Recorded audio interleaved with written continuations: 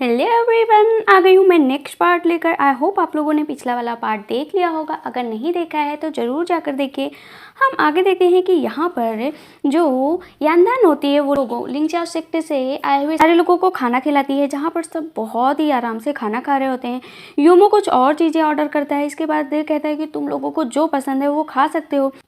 वहाँ पर जो वो लड़की बैठी होती है वो यांदान को देखकर बहुत ही दुखी हो रही होती है, क्योंकि उसने उसको पहले गलत समझा था। स्पिरिट होती हैं वो बहुत ही बुरी होती हैं। यांदान यूमो को देखती है। यूमो मुस्कुराता है कि हाँ, तुमने सच में गलत समझा है। कैट स्पिरिट के बारे में क्या कहना है उसके बारे में मुझे बताओगी। वो कैट स्पिरिट है, वो मास्टर शायद इन लोगों पर चिल्ला रहे थे। उनकी बेटी, वो उसके ऊपर उसका दिल आ गया है, वो उससे प्यार करने लगा है और वो चाहता है कि जितनी जल्दी हो सके वो उससे शादी कर ले। उसका यही प्लान है। सीनियर होते हैं ना, उनको बहुत गुस्सा आ रहा होता है कि ये लोग प्लान बना लेते हैं और उससे कुछ बताते नहीं है।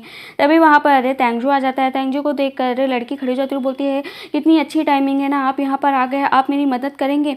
आपको पता है ना कि वो कैट कितना ज़्यादा परेशान कर रही है, तो आप ही हमारी इस पर मदद करते हैं। लेकिन इधर सीनियर को बहुत ही ज़्यादा गुस्सा आ रहा होता है और वो कहते हैं कि एक इंसान जो बहुत ही हार्टलेस है वो क्या करेगा। तो उसके साथ जो बगल में लड़का बैठा होता है वो भी गुस्सा आता है। ये जो सीनियर होते हैं वो बोलते हैं कि कैट स्पिरिट को पकड़ेगा वही लिंगशा सेक्ट का लीडर बनेगा। देखते हैं कौन पकड़ता है। इधर युवान अकेले बैठा होता है। तभी यांदान वहाँ पर जाती है और कहती है कि तुम इतना ज़्यादा क्यों उदास हो, तुम्हें अपने सेक्ट की जरा सी भी चिंता नहीं है। अगर तुम्हें लगता है कि तुम ये सब करके मेरे सामने दिखावा कर लोगे तो मैं बिल्कुल इसे नहीं मानती हूँ, क्योंकि जिस तरह तुम अपनी तलवार साफ कर रहे हो उससे लगता है कि तुम अपने लिंगशाओ सेक्ट को बचाना चाहते हो। तो क्या तुम उनकी मदद नहीं करोगे? तुम्हें उनकी मदद करनी चाहिए। यहाँ पर युवान कहता है कि मेरे पास ऑलरेडी इतनी तकलीफें हैं कि मैंने जो कुछ पहले किया है उन सब चीज़ों से अभी तक मैं नहीं निकल पाया हूँ। मैं आगे कैसे इन लोगों को संभालूंगा। तो यांदान कहती है मुझे पता है कि तुम किस सोच में डूबे हुए हो, लेकिन मैं तुम्हारे लिए कुछ ना कुछ जरूर करूंगी। इधर हम देखते हैं कि वो जो लड़की होती है ना, वो तलवारबाजी सबके सामने कर रही होती है ताकि वो कुछ पैसे इकट्ठा कर सके। जब वो उसका जो लिंगशाओ सेक्ट का एक लड़का होता है वो पैसे इकट्ठा कर रहा होता है और ये सब चीज़ ना युवान दूर से देखा करता है। तभी कुछ दुष्ट टाइप आदमी वहाँ पर आ जाते हैं जो उस लड़के को धक्का दे देते हैं जो पैसे लिया होता है। तभी लड़की बोलती तुम ये क्यों कर रहे हो। लेकिन युवान को ज़्यादा देर बर्दाश्त नहीं होता। वो तलवार उठाता है अपनी ताकत से और यहाँ पर उन लोगों की तो बैंड बजा देता है और वो लोग इतना ज़्यादा डर जाते हैं, कहते हैं मैं तो को छोड़ूंगा नहीं। यहाँ पर वो लड़की जान जाती है कि उसकी हेल्प जरूर सीनियर टैंग ने ही की है, वही ऐसा कर सकते हैं। लेकिन उन्होंने तो अपनी पावर खो दी है, तो उन्हें पावर कैसे मिली। इधर वो कैट स्पिरिट को ढूंढने के लिए सीनियर उसके पीछे लगे होते हैं। कैट स्पिरिट सामने आ जाती है, लेकिन उसके पास ब्लैक स्पिरिचुअल पावर होती है, तो सीनियर ज़्यादा देर उसके सामने ठहर नहीं पाते, उसका गला पकड़ लेता है। तभी युवान बचाने आ जाता है। अब कैट स्पिरिट और युवान के बीच लड़ाई होती है और कहता है कि तुम दोनों तो बिना पावर के हो, किसी काम के नहीं हो और तुम दोनों को तो आज यहाँ पर मरना ही पड़ेगा। तुम्हें क्या लगता है कि तुम मुझसे लड़ पाओगे? कभी नहीं लड़ पाओगे और मैं तुम लोगों को आज यहीं पर ख़त्म करूंगा। देखो वहाँ पर लड़ते हैं, लेकिन वो वहाँ से ये कहकर भाग जाती है कि कल मास्टर शाह की बेटी से शादी करेगा। अब युवान सीनियर को पकड़ कर लाते हो। लड़की बोलती है अरे क्या हुआ तुमको। वो कहते हैं कि कैट स्पिरिट ने हमला किया है। सीनियर होते हैं उससे सॉरी बोल रहे होते हैं युवान से। तो युवान बोलता है कि कोई बात नहीं, तुम खुद इतनी ज़्यादा हार्ट ब्रोकन हो कि तुम्हारे जो चीफ थे, तुम जिससे इतना प्यार करते थे, वो चले गए और फिर इतना कुछ हो गया इस सेक्ट में। सीनियर बोलते हैं कि मैं जानता हूँ मैंने बहुत गलत किया। अब यहाँ पर वो लड़की और सीनियर दोनों आपस में लड़ने लगते हैं कि हम लोग को अपनी प्रॉब्लम सॉल्व करनी चाहिए। दोनों एक साथ एक टाइम पर जवाब दे रहे होते हैं। उन दोनों की ऐसी नोक झोंक देकर युवान हंसने लगता है। कैट स्पिरिट को पकड़ना चाहते हो तो तुम लोग को मिलकर काम करना पड़ेगा।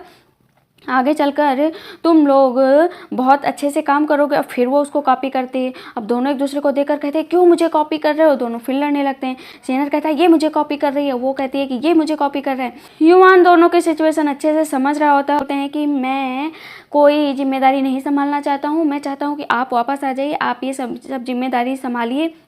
वहाँ पर वो अपना जेडे गार्ड, जो उस बोतल का नाम जेडे गार्ड होता है जिसमें सारी आत्माओं को कैद किया जाता है, वो उठा कर दे देता है युवान को और कहता है कि ये आपके लिए ही बनी है। युवान उसको देखता है और स्माइल करता है, बोलता है ठीक है, मैं सोच कर बताऊँगा कि मैं वापस आना चाहता हूँ या नहीं। जैसे ही वो दरवाज़ा खोलता है यांदान उससे टकरा जाती है और उसके पास आकर गिर जाती है, क्योंकि वो चोरी चुप के बातें सुन रही होती है। युवान जब पूछता है तुम यहाँ क्या कर रही थी, तो वो बोलती है अरे कुछ नहीं ना, मैं बस ना पास हो रही थी, तुमने तुरंत दरवाज़ा खोल दिया। युवान समझ जाता बोलता है कि ये मुझे बेवकूफ़ बनाने की कोशिश कर रही। बोलती है तुम्हारा बहुत अच्छा प्लान है, बट मेरा प्लान ना तुमसे अच्छा है। अब ये पागल लड़की क्या नया प्लान बनाएगी, मतलब हर बार कोई उल्टा पुल्टा प्लान बनाती है बट सक्सेसफुल सारे होते हैं। अब उसने यहाँ पर नया प्लान बनाया था। यानदान एक लड़की के साथ खड़ी होती है और पूरा जो रूम होता है ना रेड कलर से सजा होता है। तभी वहाँ पर ब्लैक स्प्रिट आती है और देखकर बस एकदम इम्प्रेस्ड हो जाती है और कहती है कि देखा हमने अपना माइंड क्लियर कर लिया मुझसे शादी करने का।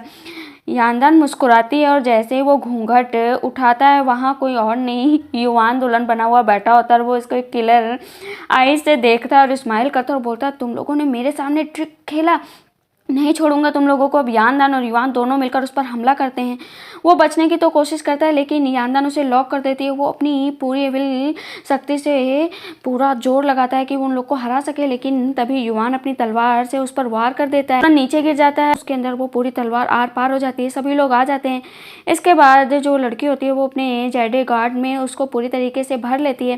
मतलब कैट स्पिरिट अब कैद हो चुकी थी और उसे छुटकारा मिल चुका था। जो मास्टर थे जो कल चिल्ला रहे थे आज वो बहुत शांति से बात करते करते सॉरी मुझसे गलती हो गई। यानदान युवान को देखकर मुस्कुराया करती है क्योंकि वो बहुत ही क्यूट गर्ल टाइप लग रहा होता है। यानदान उसके लिप्स को पोंछ रही होती है और बोलती है कि तुम तो बहुत ही प्रिटी लग रहे हो, बहुत ही क्यूट लड़की में ना तुम एकदम मतलब कह ढा रहे थे। वो उसके लिप्स को बार बार पोंछ रही बोलती है मिटाऊं या ना मिटाऊं। तो युवान कहता है ये सब तुम्हारी वजह से हुआ है, तुमने ही तो ये सारा प्लान किया, हर बार कोई ऊट पटांग प्लान बना देती हो जिसमें फंस जाता हूँ। यानदान मुस्कुराती है और कहती है कि कोई बात नहीं, तुम्हें मेरे प्लान गलत लगते हैं तो लगते हैं, लेकिन तुम हमेशा ये याद रखना कि तुमने मेरे साथ क्या किया है। अब वो स्माइल करता है कि हंसी नहीं रुकती है क्योंकि आज जो कुछ भी है उसकी वजह से वो बहुत खुश था। वो जो जेडे गार्ड बोतल होती है ना उसको खोलता है। यानदान कहती है अब तुम क्या करने की कोशिश कर रहे हो। बोलता है कुछ नहीं। अब वो धीरे धीरे उसका हाथ पकड़ता है और बोतल के अंदर चला जाता है। यानदान कहती है ये सब क्या है, तुम मुझे यहाँ क्यों लेकर आए हो। बोलता है कि अगर मैं तुम्हें कुछ कहता तो तुम्हें बुरा लग जाता, तो इसीलिए मैंने सोचा तुम्हें क्यों ना किसी ऐसी जगह ले जाए जहाँ पर तुम्हें कैद करके रखो, तुम भाग ना पाओ। वो कहती मुझे जल्दी से जल्दी यहाँ निकालो। अपनी पावर का यूज करती है लेकिन पहुँच जाती है एक बहुत ही ब्यूटीफुल प्लेस पर जो आइस से बना हुआ होता है और बोलती है कि ऐसा लगता है मैं यहाँ पर कई बार आई हूँ लेकिन आज जितना ब्यूटीफुल ये सब कुछ लग रहा है इससे पहले कभी नहीं लगा। कितनी सुंदर सीनरी है ना ये, मैंने तो पहले कभी देखी ही नहीं। युवान उसकी मुस्कुराहट देखकर बस उसको देखता ही रह जाता है क्योंकि इतनी खुश वो अभी तक नज़र नहीं आई थी इतने दिनों में। यानदान कहती है कि थैंक यू सो मच कि तुमने मुझे यहाँ पर लाया। वो पूरे स्नो का मज़ा लेने लगती है, बर्फ़ का। कहती है वाह कितना अच्छा लग रहा है। अब वो वहाँ पर बर्फ़ के गोले बनाती है जो युवान को दिखाती है कि अब तो तुम्हें पड़ने वाला है और युवान की तरफ मारती है। युवान भी आज कोई मौका नहीं छोड़ना चाहता था, वो भी बर्फ़ के गोले बनाते हैं और यानदान को वहाँ पर खूब भगा भगा के वो बर्फ़ के गोले मारता है। दोनों का ये कहीं ना कहीं बहुत ही अच्छा टाइम है। आगे तो पता नहीं क्या हो बट अभी अगर वो लोग अच्छा टाइम गुजार रहे हैं तो अच्छी बात है। इधर यूमो के हाथ पर काफ़ी चोट लगी होती है, जो स्केयर्स बने होते हैं वो उन पर दवा लगा रहा होता है और यानदान के बारे में सोचा करता है। तभी वो जेडे गार्ड बोतल वहाँ अपने आप आ जाती है। वो पहले हैरान रह जाता है कि ये हिल रही है, फिर उसे अंदाज़ा लग जाता है कि कुछ ना कुछ तो गड़बड़ है। यानदान और युवान बर्फ पर लेटे हुए होते हैं। लास्ट टाइम मैंने कब इतना फन किया था और वो यानदान को देखा करता है। यानदान कहती है कि हाँ सच कहा तुमने। यानदान मन में सोचते हैं कि मुझे ये चीज़ नहीं भूलनी चाहिए कि तुम स्वर्गीय लॉर्ड युवान हो ना कि तेंज हो, और एक ना एक दिन तो ऐसा आएगा ही जब तुम ये दुनिया छोड़कर चले जाओगे, मुझे छोड़कर चले जाओगे, हम दोनों का कोई अस्तित्व ही नहीं रह जाएगा। वो युवान से कहती है कि हम लोग भले ही साथ में रहें यहाँ पर दोस्त बनकर, पर हम दोनों का कोई फ्यूचर नहीं है, हम दोनों को साथ में लाने की कोशिश मत करो। युवान कहता है ठीक है और दोनों अचानक से वहाँ गायब हो जाते हैं। गायब होकर रूम में आ जाते हैं। यूमो सामने बैठा होता और बोलता है तुम दोनों यहाँ पर। वो कहती है यूमो। दोनों घबरा जाते हैं कि यूमो को क्या बताएंगे कि वो लोग कहाँ पर गए थे। यानदान युवान की तरफ देखती है और बोलती है कि तुम अपने आप को एक्सप्लेन करो इसके सामने कि तुम एक लड़की को लेकर कहाँ गए थे। तभी उसकी नज़र यूमो के हाथ पर पड़ती है जो पूरा घाव जल चुका होता है। बोलती है अरे ये क्या हो गया। वो अपना हाथ छिपा लेता है। वो बोलता है कि तुम लोग गार्ड के अंदर क्या कर रहे थे, तुम लोगों का वहाँ पर क्या काम था। बोलती है कुछ नहीं, बस वो जो कैट स्पिरिट थी ना उसे हम लोगों ने जला दिया था, इसी वजह से हम लोगों को अंदर जाकर देखना था कि क्या हुआ है क्या नहीं। युवान कहता है फिर से नॉनसेंस बातें करने लगी। तो यानदान बोलती है क्योंकि तुमने मुझे ट्रैप किया था इसी वजह से मैं अंदर गई थी, वरना मैं ना जाती। अब दोनों वहाँ पर लड़ने लगते हैं खूब तेज। युवान भी बहाने बनाकर लड़ रहा होता है। इधर युवान रूम में बैठा होता है। तभी वहाँ पर यानदान आती है और बोलती है कि देखो मैं तुम्हें बहुत अच्छे से जानती हूँ, कि तुम क्या सोच रहे हो मुझे ना, कि तुम्हें कहाँ जाना है, क्या तुम लिंक्शॉ सेक्टर जाना चाहते हो या यहीं रहना चाहते हो या अपने फोर्थ टीचर को ढूंढना चाहते हो, तुम बस मुझे बता देना। फिर वो उसे वो सूप देती है और कहती है तुम इसे पी लो, ये मैंने तुम्हारे लिए स्पेशली बनाया है तुम्हारे ड्रीम अच्छे करने के लिए। यांदान दूर जाती है और बोलती है कि मैं तो तुम्हें पहले ही भूल चुकी हूँ, तुम इतना टेंशन मत लो। यूमो बाहर खड़ा होता है और वो राइस बनाकर लाया हुआ होता है और मन में सोचता है कि तुम चाहे हेवन में रहो चाहे अर्थ पर रहो, लेकिन तुम प्यार सिर्फ स्वर्गीय लॉर्ड युवान से ही करोगे, तुम्हारा दिल सिर्फ उसके लिए ही खुला है, मैं तो बेकार में ही तुम्हारे लिए सोच रहा हूँ। और वो बहुत ही सैड होता है। फिर हम देखते हैं कि लियो और मिस जेटाओ ने शादी करने का प्लान बना लिया था और वो ब्लैक क्लॉथ पहनी हुई थी, जहाँ पर लियो बोलता है कि आज तुम बहुत ही सुंदर लग रही हो। वो बोलती है कि एक बार जब मैं डीमन क्लेन से रिलेटेड हो जाऊंगी तो कहीं तुम्हें कोई टेंशन ना हो, तुम्हारे अंदर कोई ऐसी शंका ना हो, तो तुम अच्छे से सोच लो कि तुम मुझसे शादी करना चाहते हो या नहीं करना चाहते हो। वो बोलता है कि मेरे सामने जो लड़की खड़ी है मैं उसे बस चेरिश करना चाहता हूँ, उसके साथ अपनी ज़िंदगी बिताना चाहता हूँ, इसीलिए मैं शादी करना चाहता हूँ। मैं ये सब भूल जाऊंगा कि मैं डीमन क्लैन से जुड़ा हूँ या डीमन किंग हूँ, बस मैं चाहता हूँ कि मैं और तुम अपनी ज़िंदगी साथ में गुजारें। हैं कि यांदान और युवान एक जगह पर होते हैं जहाँ पर बहुत सारे स्टार होते हैं।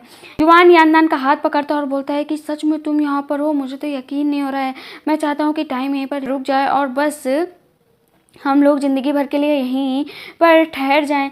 अब युवान उसके पास जाता है और उसे फोरहेड किस करता है, लेकिन अचानक से झटका लगता है, वो ज़मीन पर गिर जाता है, यांदान भी गिर जाती है और पता चलता है कि युवान तो सपना देख रहा होता है और बोलता है कि यांदान बस सेफ हो और मुझे कुछ नहीं चाहिए। तभी सामने से यांदान आ जाती है। यांदान कहती है कि क्या हुआ, जल्दी उठो, और तुम्हें पता है कि लिंक्शॉ सेक्टर के लोग जाने वाले हैं, वो लोग अपनी पैकिंग कर रहे हैं। वो लड़की जा रही होती है और कहती है कि तुमने मेरी बहुत मदद की है, इसलिए मैं तुम्हें कुछ गिफ्ट देना चाहती हूँ। यांदान कहती है कि तुम मुझे गिफ्ट दे रही हो। वो उसका गिफ्ट वापस कर देती है और बोलती है तुम इसे अपने पास रखो। वो बोलती है कि सीनियर 10 क्या आपने ना जाने का प्लान बना लिया है, आप इससे एकदम सहमत? और बोलते हैं कि हाँ, मैंने अपनी ज़िंदगी में जो भी फैसला लिया एकदम सही लिया। अब तुम जाओ और सीनियर सेक्ट को लीड करेंगे, ऐसा उसे प्रोटेक्ट करेंगे। मेरी ज़िंदगी में कुछ और भी प्रोटेक्ट करने का है तो मैं अब उसे प्रोटेक्ट करूंगा। वो लड़की समझ जाती है और बोलती है कि मैं आपके डिसीजन की रिस्पेक्ट करती हूँ। यहाँ पर यांदान ना बहुत सारी स्नैक्स बनाकर लाई हुई होती है और बोलती है कि ये ले लो और रास्ते में जाते हुए सबके साथ शेयर करके खाना। यहाँ पर युवान उसको देखा करता है, क्योंकि अब फेयरवेल का टाइम आ गया था तो सब उन्हें अलविदा कहते हैं और सर झुकाकर प्रणाम करके चले जाते हैं। यांदान युवान को देखा करते हैं क्योंकि उसने जो अभी शब्द कहे थे कहीं ना कहीं उसको वो बहुत ही ज़्यादा अच्छे लगे थे। कि यहाँ पर जो जिलिन होते हैं ना वो बहुत ही ज़्यादा सैड होते हैं, क्योंकि उन्हें लगता है फॉक्स क्लैन की प्रिंसेस के काबिल नहीं है और अपनी कमियाँ गिना गिना कर ना उसके सामने एक बहुत बड़ी लिस्ट तैयार कर देते हैं और बोलते हैं कि तुम तो प्रिंसेस हो और मेरा क्या है, मैंने इतनी ज़्यादा पावर सीखी है लेकिन तुम्हारे काम ही नहीं आ रही। अब फॉक्स क्लैन प्रिंसेस उसकी ऐसी बातें सुनकर उसके करीब कैसे न जाती है और उसके पास जाकर उसको एक प्यारी सी किस देती है कि मैं तुम्हारे साथ हमेशा अपनी ज़िंदगी गुजारना चाहती हूँ टॉर्टोइज। लेकिन अचानक से उन पर हमला हो जाता है और ये कौन था हमला करने वाला ये तो पता ही नहीं। दोनों को कैद हो जाते हैं और उनके सामने जिलेन पूछता है तुम कौन हो और तुम्हारी हिम्मत कैसे हुई स्पिरिट क्लैन के एरिया में घुसने की, मैं तुम्हें छोड़ूंगा नहीं। और वो इंसान स्माइल करता है। इधर हम देखते हैं कि युवान के ऊपर कैट स्पिरिट ने हमला किया था तो उसको बहुत ही ज़्यादा चोट लग गई थी। तो यांदान कहती है कि जितने भी स्पाइसी फूड है, सी फूड है और रॉ फूड तुम्हारे लिए मना है, क्योंकि जब तक तुम सही नहीं हो जाते हो इन सब चीज़ों को तुम्हें नहीं खाना है। मेरी बात कान खोल कर सुन लो। उसको मारती है और कहती है कि बेवकूफ़ आदमी, जो कल मैंने तुम्हें पीने के लिए दिया था उसकी वजह से तुम्हें सपने में कुछ आया, क्योंकि मैंने कहा था तुम उसी के हिसाब से डिसीजन लोगे। युवान कहता है कि रुई वाइन जो तुमने मुझे पिलाई थी ना वो बहुत ही ज़्यादा असरदार थी, क्या तुम मुझे उसको बनाना सिखाओगे कि वो कैसे बनती है? तो यांदान कहती है कि जो इसमें पड़ती हैं वो इतनी जल्दी से नहीं मिलती हैं, क्योंकि यांदान ने युवान का दिल दुखा दिया था। यांदान ने यहाँ पर फिर से कह दिया था कि वो उसके लिए नहीं बनी है, तो जितनी जल्दी हो सके वो उसको भूल जाए, बस वो उसकी मदद करेगी लेकिन वो उसके लिए नहीं बनी है। इसीलिए युवान बहुत दुखी हो जाता है और रोने सा लगता है। कहता है मेरी बात तो सुनो, लेकिन वो उसको छोड़कर चली जाती है। यूमो बाहर आधा ही बातें सुन पाता है, उसको लगता है कि यांदान सब उसके लिए कर रही है। अब हम इधर यांदान को देखते हैं जो कि माउंटेन पर होती है और वहाँ पर वो मून में कुछ इकट्ठा कर रही थी अपने बोतल में कुछ ऐसी चीज़ें जिससे वो दवा बना सके। यूमो दूर से देखता है और बोलता है कि जरूर इतनी मेहनत कर रही हो, ये सब तैंग झाओ के लिए ही कर रही होगी। लेकिन यूमो रूम में आता है तो यांदान पहले से खड़ी रहती है और बोलती है मैं तुम्हारा कब से इंतजार कर रही हूँ लेकिन तुमने इतनी देर लगा दी, देखो तो मैं तुम्हें यहाँ पर कुछ देने आई हूँ। वो उसे दवा देती है और बोलती है कि ये दवा ना फुल मून में मिलनी थी और ये थोड़ी सी ना तुम्हारे लिए मैंने 3-4 चीज़ें इकट्ठा कर ली थी। फुल मून लाइट का मैं इंतजार कर रही थी जो कि कल हुआ था, तो मैं उसे इकट्ठा करने गई थी, अब ये पूरी तरीके से तैयार है। तो यूमो मन में सोचता है कितना गलत था, उसने यानदान के बारे में इतना गलत सोचा। वो फिर से यानदान की तरफ देखता है तो यानदान कहती है क्या हुआ, मुझे थैंक यू मत कहना, ठीक है? मैंने तुमसे वादा किया था कि मैं तुम्हारा हाथ ठीक करूँगी, तो मैंने वो प्रॉमिस पूरा किया।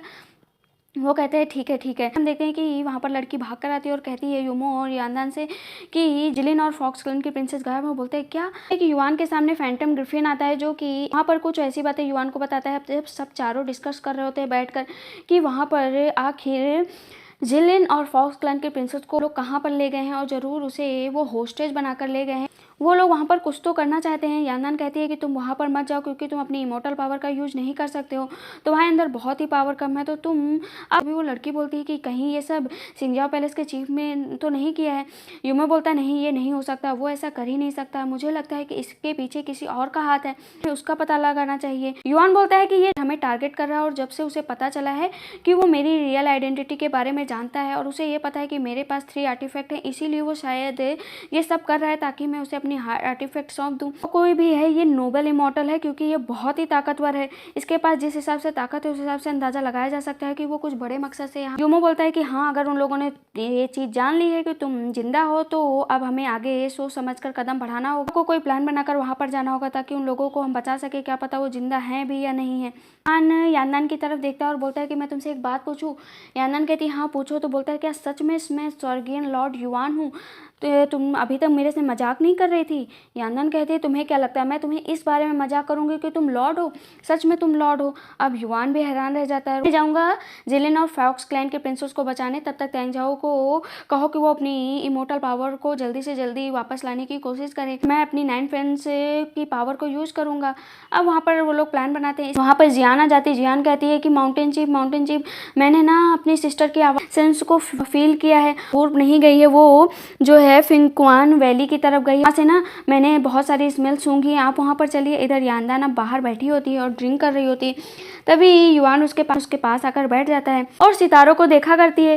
कहती है कि मेरी तो आदत थी हमेशा से कि मैं सितारों को देखूं और उससे विश मांगूं, हमेशा से मैं यही करती आई थी। युआन उसकी तरफ देखता है और उसकी खुद ना एक पलक तोड़ लेता है और बोलती है ओह ये क्या किया तुमने? युआन हंसता है और विश मांगता है। विश मांगते मांगते यानदान उसको बहुत घूर घूर कर देख रही होती है और वो उसकी आंखों से जैसे एक पलक उखाड़ने चलती है। युआन उसको अपनी तरफ घसीट लेता है और बोलता है कि अब बताओ। दोनों एक दूसरे की तरफ वो काफ़ी देर तक देखा करते हैं। यानदान की तो सांसें बस रुक सी जाती हैं कि अरे ये क्या हो गया इतनी देर में। युआन तो बस मज़े ले रहा होता है। यानदान हाथ छुड़ाकर कहती है कि आगे से ये सब मत करना, समझे? मुझे ये पसंद नहीं है। अब युआन फिर दुखी हो जाता है और कहता है कि मैं बस एक विश मांगता हूँ कि तुम हमेशा खुश रहो और तुम्हारे चेहरे पर हमेशा एक स्माइल रहे। युआन यहाँ पर बोल देता है मैं मर भी जाऊँ तो फिर कोई दुख नहीं है। युआन खड़ी हो जाती है और बोलती है कि जब तुम मर जाओगे ना, तुम्हें पता है तुम तो यहाँ से चले जाओगे और तुम्हारा एक अलग दुनिया है, तुम वहाँ पर अपनी दुनिया जाकर बसाओगे, हमेशा 3 रिलेम के बाद हैप्पीनेस के बारे में सोचोगे। युआन उसकी तरफ रोते हुए कहता है कि बस मैं तुम्हारे लिए तुम्हारी खुशी चाहता हूँ, मैं नहीं जाना चाहता हूँ ऊपर और ना ही मैं लॉर्ड युआन बनना चाहता हूँ, मैं तुम्हारे साथ रहना चाहता हूँ। यानदान कहते हैं कुछ चीज़ें इस दुनिया में कभी नहीं बदल सकती, जैसे कि तुम्हारे कुछ काम है, तुम्हारी कुछ रिस्पॉन्सिबिलिटी है, आज नहीं तो कल तुम्हें उन रिस्पॉन्सिबिलिटी को पूरा करना है। युआन कहता है लेकिन मैंने तुमसे तो कभी नहीं कहा कि मैं लॉर्ड बनना चाहता हूँ। यानदान दुखी हो जाती है और कहती है कि तुम्हें पता है कि आज से 900 साल पहले मैंने एक इंसान से प्यार किया था। वो शुरू में मुझे ना बहुत परेशान करता था, फिर धीरे धीरे ना उसके परेशान करने वाली आदतें मुझे बहुत अच्छी लगने लगी, फिर मुझे उससे प्यार हो गया और एक दिन उसने मेरा दिल तोड़ दिया। से मैंने बहुत कुछ सहा है, बहुत कुछ, इतना कि मैं तुम्हें बर्दाश्त नहीं कर सकती। मैं दोबारा ये अपनी लाइफ में नहीं चाहती हूँ, तो मैं कोशिश करूँगी तो तुम हेवन में बहुत ही स्मूथली पहुँच जाओ। इधर उस जगह पर पहुँच जाता है। जियान भागने लगती है। जिलिन और फॉक्सलैंड के प्रिंसेस सामने बंधे होते हैं। युमो एक ही टक्कर में 2 सैनिक होते हैं, उनको मार गिराता है और उन दोनों की रस्सी खोल देता है। जियान भागकर अपनी सिस्टर के पास जाती है और कहती है अरे नहीं, तुम तो मेरी सिस्टर नहीं हो, तुम मेरी सिस्टर नहीं हो, तुमसे अलग इसमें लाजू। बोलती है अरे नहीं नहीं। युमो को समझ ही नहीं पा रहा था आखिर चल क्या रहा है। वो कहती है कि तुम मेरी बहन हो, तुम ऐसा क्या कर सकते हो। जियान भागने लगती है और यहाँ पर वो फॉक्स क्लैन की प्रिंसेस नहीं बल्कि वो वहाँ पर सैनिक होते हैं जो स्पेल का यूज कर रहे होते हैं। वहाँ पर बहुत सारे सैनिक आ जाते हैं, जियान को पकड़ लेते हैं। तो वो जियान से कहता है जियान बेटा मैं तुमसे एक चीज़ कह रहा हूँ, तुम अपनी आंखें बंद कर लो बस। वो आंखें बंद करता है। युमो अपनी पावर यूज करता है और सबको वहाँ पर मार गिराता है। इधर युआन खड़ा होता है, तभी अचानक से उस पर कोई हमला करने लगता है। अब ये हमला कौन कर रहा था? वो कहता है, युआन कहता है कि तुम वो नहीं हो जो जिसने मुझे पहले घायल किया था, तुम कौन हो मुझे बताओ। युआन बार बार पूछता है लेकिन वो जवाब नहीं दे रहा होता और कहता है लेकिन तुम्हारे पास इमोर्टल पावर बहुत ज़्यादा है। यह इंसान अपना पूरा मुंह ढके हुए होता है और बोलता है कि मैं जो कुछ भी हूँ मैं तुम्हें नहीं बता सकता हूँ, लेकिन तुम्हें आज यहाँ पर मरना पड़ेगा। अगर तुम मुझे वो चारों आर्टिफैक्ट दे दोगे तो तुम यहाँ से सही सलामत जा सकते हो। युआन बोलता है कि आर्टिफैक्ट मैं तुम्हें कभी नहीं दूंगा। तभी वो अपने जेडे गार्ड निकालता है और उसमें से यांदान बाहर निकलती है और यांदान जैसे ही बाहर निकलती है उस पर हमला कर देती है। यांदान और युआन एक साथ उस जेडे गार्ड में उसको उस पावर को उसमें ऑब्जर्व कर लेते हैं, लेकिन जैसे ऑब्जर्व करते हैं वो पूरी बॉटल टूट जाती है। वो यांदान के पीछे आकर खड़े हो जाते हैं और ये कोई नहीं सेलेस्टियल डाइटी होते हैं, लेकिन वो बहुत ही नेगेटिव वे में नज़र आ रहे थे। यांदान का गला दबाने लगते हैं, बोलते हैं कि अगर तुम इस लड़की को बचाना चाहते हो तो मुझे वो तीनों आर्टिफैक्ट दे दो, अगर तुम नहीं बचाना चाहते हो तो इसे यहाँ पर मरना पड़ेगा। यांदान कहती है कि मेरी बात सुन लो, इसे मत देना, चाहे जो हो जाए। से भी देर नहीं लगाता तीनों आर्टिफैक्ट निकाल कर उसको दे देता है। कहता है ये हुई ना बात। अब यांदान भाग कर जाती है युआन के पास और बोलती है अब तुम्हारा क्या होगा। वो बोलता है कि देखो तुमने मुझे दे दिया है 3 आर्टिफैक्ट, लेकिन मैं क्या बताऊँ, मुझे तुम लोग को मारना ही पड़ेगा। युआन बोलता है कि मार तो दोगे, लेकिन तुम्हें पता है तुम्हारे हाथ पर देखो क्या है। वो अपने हाथ पर देखता है तो पता चलता है कि उस पर शेयर्ड फेल्ट स्पेल का यूज हो चुका है और ये स्पेल जो है जिसके पास वो 3 आर्टिफैक्ट होते हैं ना उससे जुड़ी हुई है। तो जैसे युआन के ऊपर जरा से भी खरोच आएगी तो उसका असर उस इंसान पर भी होगा जिसके हाथ पर ये निशान है। अब इसे बनाने के लिए मुझे बहुत ही मेहनत करनी पड़ी है और इसे रिसर्च के द्वारा इस स्पेल को बनाया गया है, तो तुम इसे तोड़ नहीं सकते हो। अगर इन 7 डेज में तुमने कोई भी इमॉर्टल पावर यूज करने की कोशिश की तो तुम पूरी तरीके से बर्बाद हो जाओगे। तो इन 7 दिन सिर्फ तुम अपनी रक्षा करो। तभी उधर से युमो आ जाता है और उस पर हमला कर देता है। अपने मास्टर की याद आ गई थी तो बोलता है कि तुम मेरे मास्टर तो हो नहीं सकते हो, लेकिन प्रिटेंड वैसा ही कर रहे हो। सेलेस्टियल डाइटी होते हो बोलते हैं कि मैं यहाँ से जा रहा हूँ, वेस्ट तो पूरी तरीके से डैमेज हो चुका है, लेकिन मरना तो तुम्हें मेरे ही हाथों से पड़ेगा। इतना कहते कि वो वहाँ से चला जाता है, लेकिन युआन की तबीयत बहुत ज़्यादा खराब हो जाती है क्योंकि उसके 3 आर्टिफैक्ट भी पूरी तरीके से चले गए थे। वो बहुत ही ज़्यादा मतलब मरने की कगार पर था। यांदान कहती है कि इसे किसी भी तरीके से बचाना होगा, इससे पहले कि इसकी जान चली जाए। युमो बोलता है कि मैं 9 फ्रेंड्स की कुछ पावर इसे दे दूंगा, लेकिन इससे के लिए तुम्हें यहाँ से स्पिरिचुअल पावर इकट्ठा करने के लिए तुम्हें येलन माउंटेन पर जाना होगा और उसे वहीं पर रखना होगा, इसका इलाज करना होगा। वो उन लोग को वहाँ से गायब कर देता है। इसके बाद वो एक डाइटी को बुलाता है जो गार्जियन ऑफ सॉइल होते हैं और उसे कहता है कि तुम हेवन रिले में जाओ और वहाँ पर कहो कि स्वर्गेन लॉर्ड के बारे में बताओ। तो वो बोलता है कि लेकिन मैं वहाँ पर चला तो जाऊँगा, लेकिन मेरी पावर इतनी ज़्यादा नहीं है कि मैं सुपीरियर सुप्रीम गॉड को ये सब चीज़ें बता पाऊँगा। बस चिंता मत करो, ये वो भी जल्दी वहाँ पर आ जाएगा, क्योंकि हम लोग की यही कोशिश है कि उसे अपने रास्ते पर लाया जाए। बोलता है ठीक है मास्टर। इधर हम देखते हैं कि युआन पानी में डूबा होता है और अपनी पावर को इकट्ठा कर रहा होता है। जो जिलेन होता है उसको देख रहा होता है, लेकिन इसको पुरानी वाली जो हरकतें होती है ना उसके ऊपर अप्लाई होने लगती है कि कैसे जो युआन होता है उसे हमेशा फ्लिप कर दिया करता था, तो उसके मुँह से डकार आने लगती है कि अरे मेरे साथ क्या हो रहा है, नहीं नहीं मेरे साथ ऐसा नहीं हो सकता है। तभी योमो आ जाता है और हंसने लगता है और बोलता है कि जो चीज़ हेवन में होती है शायद यहाँ भी हो रही है। वो उसको फिर हिचकी आने लगती है। योमो हंसने लगता है, कहता है कि ये सब तो होना ही है जब तुम बैठोगी ही स्वर्गियन लॉर्ड के पास। तो योमो कहता है क्या हुआ तुम्हें। बोलता है कुछ नहीं, लगता है मैंने कुछ गलत खा लिया है ना, इसीलिए मुझे ऐसी चीज़ें आ रही हैं। युआन कहता है कि मैं जब भी इसे देखता हूँ मुझे लगता है कि ये मेरा फ्रेंड है, मुझे ऐसा फील होता है। तुम जानते हो कि ये मेरे इतना फील मुझे ये इतना अपने क्लोज क्यों नज़र आता है। योमो मन में सोचता है कि जो चीज़ें हेवन तक है वो हेवन में ही रहे ना, सीक्रेट एकदम, तभी ठीक है। योमो अपनी पावर युआन को देने लगता है, लेकिन उस पर कुछ भी असर नहीं होता है। युआन कहता है कि ये जो स्प्रिंग हॉट वाटर है ना, मैं इससे थोड़ा रिलीफ फील कर रहा हूँ। ऐसा फील हो रहा था कि युआन के पास अब बहुत कम टाइम है, वो अब अपने लास्ट दिनों में जी रहा है। मैं कुछ दिनों में मर ही जाऊंगा क्योंकि अब सिर्फ 7 दिन बचे हैं मेरे लिए। तो मैं सच्चे दिल से कह रहा हूँ कि मैं मरूंगा ना तो मुझे इस बात की खुशी होगी कि तुम और यांदान मेरे पास हो। कहता है यांदान कहाँ है। तो तब युमो बोलता है कि यांदान पवेलियन ऑफ बुक में है, वो तुम्हें बचाने के लिए नए नए तरीके ढूंढ रही है कि तुम्हें कैसे ट्रीट कर सकता है। इधर यांदान रूम में पूरे के पूरे शार्ट फेट स्पेल के बारे में पढ़ रही होती है कि कैसे इसके कहर से बचा जाए। तभी एक लड़की आती है और बोलती है कि कोई येलन माउंटेन पर घुस आया है और येलन माउंटेन पर कोई और नहीं, फॉक्स क्लैन प्रिंसेस के फादर वहाँ पर आ गए होते हैं और वो उससे कह रहे होते हैं मेरी बेटी को ऐसे कोई कैसे किडनैप करके ले जा सकता है, मतलब मेरी बेटी कोई ऐसी गहरी चीज़ है क्या कि कोई भी उसे किडनैप करके ले जाए। यांदान बहुत समझाने की कोशिश करती है कि ऐसा कुछ भी नहीं, हम लोगों ने बचाने की कोशिश की थी बट कुछ हो नहीं पाया। बोलता है कि कोई बात नहीं, तुमने मेरी बेटी को बचाया इसलिए मैं तुम्हें कोई ना कोई गिफ्ट दूंगा। फिर उनको पता चल जाता है कि जो उसकी बेटी है उसको प्यार हो गया है जिलिन से। वो कहता है कि अरे ये ऐसे कैसे हो सकता है, तुम्हें किसी और से प्यार नहीं हुआ? दुनिया में न जाने कितने लोग हैं, तुमने इससे प्यार किया है, मैं इसे मार डालूंगा, मैं इसे नहीं छोड़ूंगा। और तभी यानदान कहती है कि अरे मुझे ना आपको जिलिन के बारे में इतनी सीक्रेट बात नहीं छुपानी चाहिए थी, मुझे बता देना चाहिए।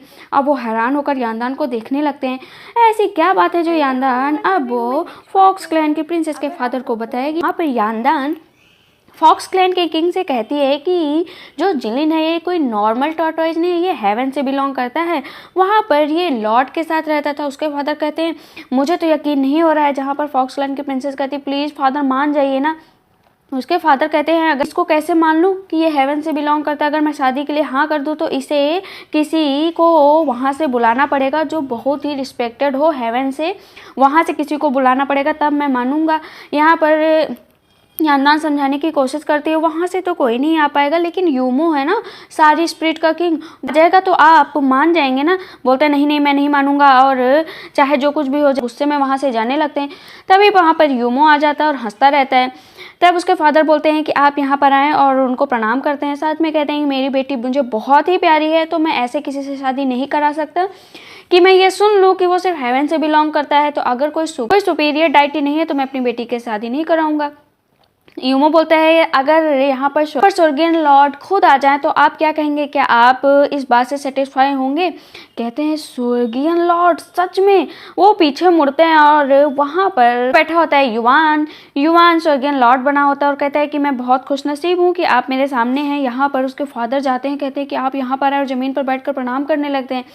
इस पर जो लिलैंग होती है ना वो सोचती है कि ये तो नॉर्मल है, मतलब नाटक कर रहे होंगे, सच में स्वर्गीय लॉर्ड नहीं होंगे। तो अपने फादर से कहती है उठिए उठिए आप इससे ज़मीन पर मत बैठिए। वो जियान से भी कहते तुम भी बैठो और अपनी बेटी से कहते तुम भी बैठो नीचे बैठो। अब वो दोनों वहाँ पर ज़मीन पर बैठ जाते हैं। उसके बाद उसके फादर कहते हैं कि स्वर्गीय लॉर्ड ही फॉक्स क्लैन के सेवियर हैं। जब जेनेसिस ऑफ वॉर हो रहा था तब स्वर्गीय लॉर्ड ने खुद हमारे पूरे क्लैन को बचाया था, इन्हीं की वजह से हम लोग आज यहाँ पर हैं। तो मैं सिर्फ इनकी काइंडनेस के लिए ये सब कुछ कर सकता हूँ। युआन कहता है कि अगर आप मेरी काइंडनेस को उतारना ही चाहते हैं तो मैं जानकारी के लिए बता दूं कि मुझे अपना कुछ भी पास्ट याद नहीं है, फिर भी मैं वहाँ पर एक विटनेस के तौर पर रहूँगा। तभी जिलिन आ जाता है, बोलता है फादर मैं सच कह रहा हूँ, मैं ना लेलांग का बहुत ही ज़्यादा ख्याल रखूँगा और ये खुश रहेगी तो मैं खुश रहूँगा और इसकी खुशी के आगे मैं कुछ भी नहीं सोचूंगा। चाहे धूप निकले चाहे बारिश हो, हर मौसम में मैं इसका साथ दूंगा। उसके फादर बोलते हैं ठीक है मैं तुम दोनों को अलाउ कर रहा हूँ, चलो मैं मान जाता हूँ, शादी की तैयारी करो। यानदान उसके फादर की बात सुनकर कहती है कि 1000 ऑफ ईयर्स ओल्ड डिवाइन स्क्रप्चर से कुछ ना कुछ तो किया जा सकता है। उसके दिमाग में आता है कि युआन को बचाया जा सकता है मैनुअल स्पिरिचुअल पावर से। अब वो जाती है तुरंत ही युआन के पास जहाँ पर वो पानी में बैठा हुआ होता है। ये करने के लिए कुछ ना कुछ तो करना पड़ेगा। जहाँ पर वो एक बुक पढ़ रही होती है और कहती है कि इसमें कुछ ऐसी चीज़ें हैं जिससे तुम सही हो सकते हो। तो वो बीच बीच के ना शब्द गायब कर दे रही थी और बीच बीच का पढ़ रही थी। कहती हाँ हाँ इससे सही कर सकते हैं, लेकिन वो बुक बंद कर देती है। कहती है तुम्हारे लायक नहीं है। युआन बोलता है ऐसा भी क्या है जो मेरे लायक नहीं, मुझे तो दिखाओ। बोलती है नहीं नहीं तुम्हारे लायक नहीं। वो बुक छीन लेता है जहाँ पर वो पढ़ता है कि एक कल्टीवेट है जिसके ज़रिए अगर उसे बॉडी पर रब किया जाए, मतलब घसा जाए, तो उसके थोड़ी बहुत उसके अंदर पावर आ सकती है। बोलती नहीं नहीं मैं ये नहीं करूँगी। बोलता है क्यों नहीं करोगी, तुमने तो कहा था मेरी जान बचाओगे। उसे पानी में घसीट लेता है और कहता है कि तुमने जब खुद कहा है तो तुम ये नहीं करोगे। अब वो अपनी पावर से वो कल्टीवेट वहाँ पर लाता और बोलता है कि चलो रब करो। वो बोलती नहीं नहीं मैं तो ऐसा कभी नहीं चाहती थी। बोलता है करोगी कि नहीं। वो लेती है और मुंह पीछे करके बॉडी पर रब किया करती है। युआन कहता है सिर्फ एक ही जगह पर रब करोगी कि नेक पे भी रब करोगी, और इधर उधर वो अपना हाथ उसके ऊपर ज़बरदस्ती रब किया करता है। वो पीछे मुड़ते हुए बोलता है अरे मुझे दर्द हो रहा है। यानदान कहती है कि देखो तुम अपने हाथ कर लो। बोलता है मुझे दर्द हो रहा है, तुम ये भी नहीं कर सकती मेरे लिए। तभी यूमो पीछे से आ जाता है और बोलता है कि अच्छा तो मैं रब कर दूँ अगर तुम चाहो तो। अगर इसका किया हुआ तुम्हारे पर वर्क ना कर रहा हो तो मैं ये कर सकता हूँ और तुम्हारी इंजरी को भी दूर कर सकता हूँ, बताओ कर दूँ।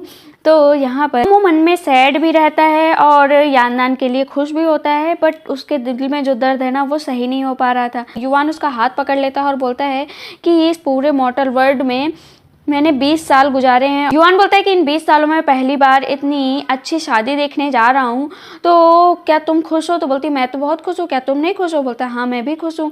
अरे यांदान बैठी होती है पवेलियन ऑफ बुक में और वहाँ पर बुक को पढ़ रही होती है, जहाँ पर उसे एक फॉर्मूला मिल जाता है, लेकिन इससे उसकी जान भी खतरे में पड़ जाएगी। वहाँ पर यूमो आता है और बताता है कि अगर तुम इसी तरह अपनी पावर का यूज करोगे उसे बचाने में तो तुम्हारी जान खतरे में पड़ जाएगी। बोलती है मैंने उससे वादा किया, मैं एक जगह पर बैठकर उसे मरता हुआ नहीं देख सकती, मैं उसे बचाऊंगी चाहे कुछ भी हो जाए। यूमो कहता है लेकिन इससे तुम्हारी जान जा सकती है, मैं ऐसा नहीं होने दे सकता। तांगजो मेरा ब्लड ब्रदर है, मैं उसे अपने भाई की तरह मानता हूँ और तुम भी मेरी दोस्त हो, मैं दोनों को मरता हुआ नहीं देख सकता हूँ। तो कोई और रास्ता ढूंढ लेंगे, लेकिन ये रास्ता मत अपनाओ कि तुम इस बुक के जरिए एक रेयर मेडिसिन के जरिए बनाकर तुम उसको बचाओगी और तुम खुद अपनी जान जोखिम में डाल दोगी। इधर युआन पानी में डूबा हुआ होता है, तभी वहाँ पर उसके अंदर की जो ब्लैक स्पिरिचुअल पावर होती है वो बाहर निकलती है। वो बोलता है कि मैं तुम्हें ठीक कर सकता हूँ कल की शादी होने तक, तो तुम अगर मेरी बात मानो। तो युआन बोलता है कि मैं तुम्हारी बात क्यों मानूं, ब्लैक स्पिरिचुअल पावर हो और तुम्हारी मैं किसी बात को नहीं मानूंगा। तो इस पर वो बोलता है तुम मर गए तो फिर क्या होगा, मेरा ये मेथड अपनाकर तो देखो शायद वर्क कर जाए। अब उसके पास भी तो कोई ऑप्शन नहीं रहता है, किसे लर्न करना चाहोगे? बोलता है ठीक है मैं लर्न करूँगा। अब वहाँ पर वो बताता है कि पावर है वो रिवर्स हो जाए, तुम जितना तुम्हारे पास जितनी भी मिस्टीरियस चीज़ें हैं वो रिवर्स हो जाएं, तुम सब चीज़ों को भूल जाओ, तुम सब चीज़ों को भूल जाओ। यहाँ पर वो उसके अंदर ब्लैक पावर का यूज़ कर रहा था। बोलता है कि मैं तुम्हारा ओरिजिन अभी तक रिवील नहीं कर सकता हूँ क्योंकि तुम असुरा क्लैन से रिलेटेड हो, तो आज नहीं तो कल तुम अपने गोल तक पहुँच ही जाओगे, तुम्हें वहाँ तक पहुँचना ही होगा।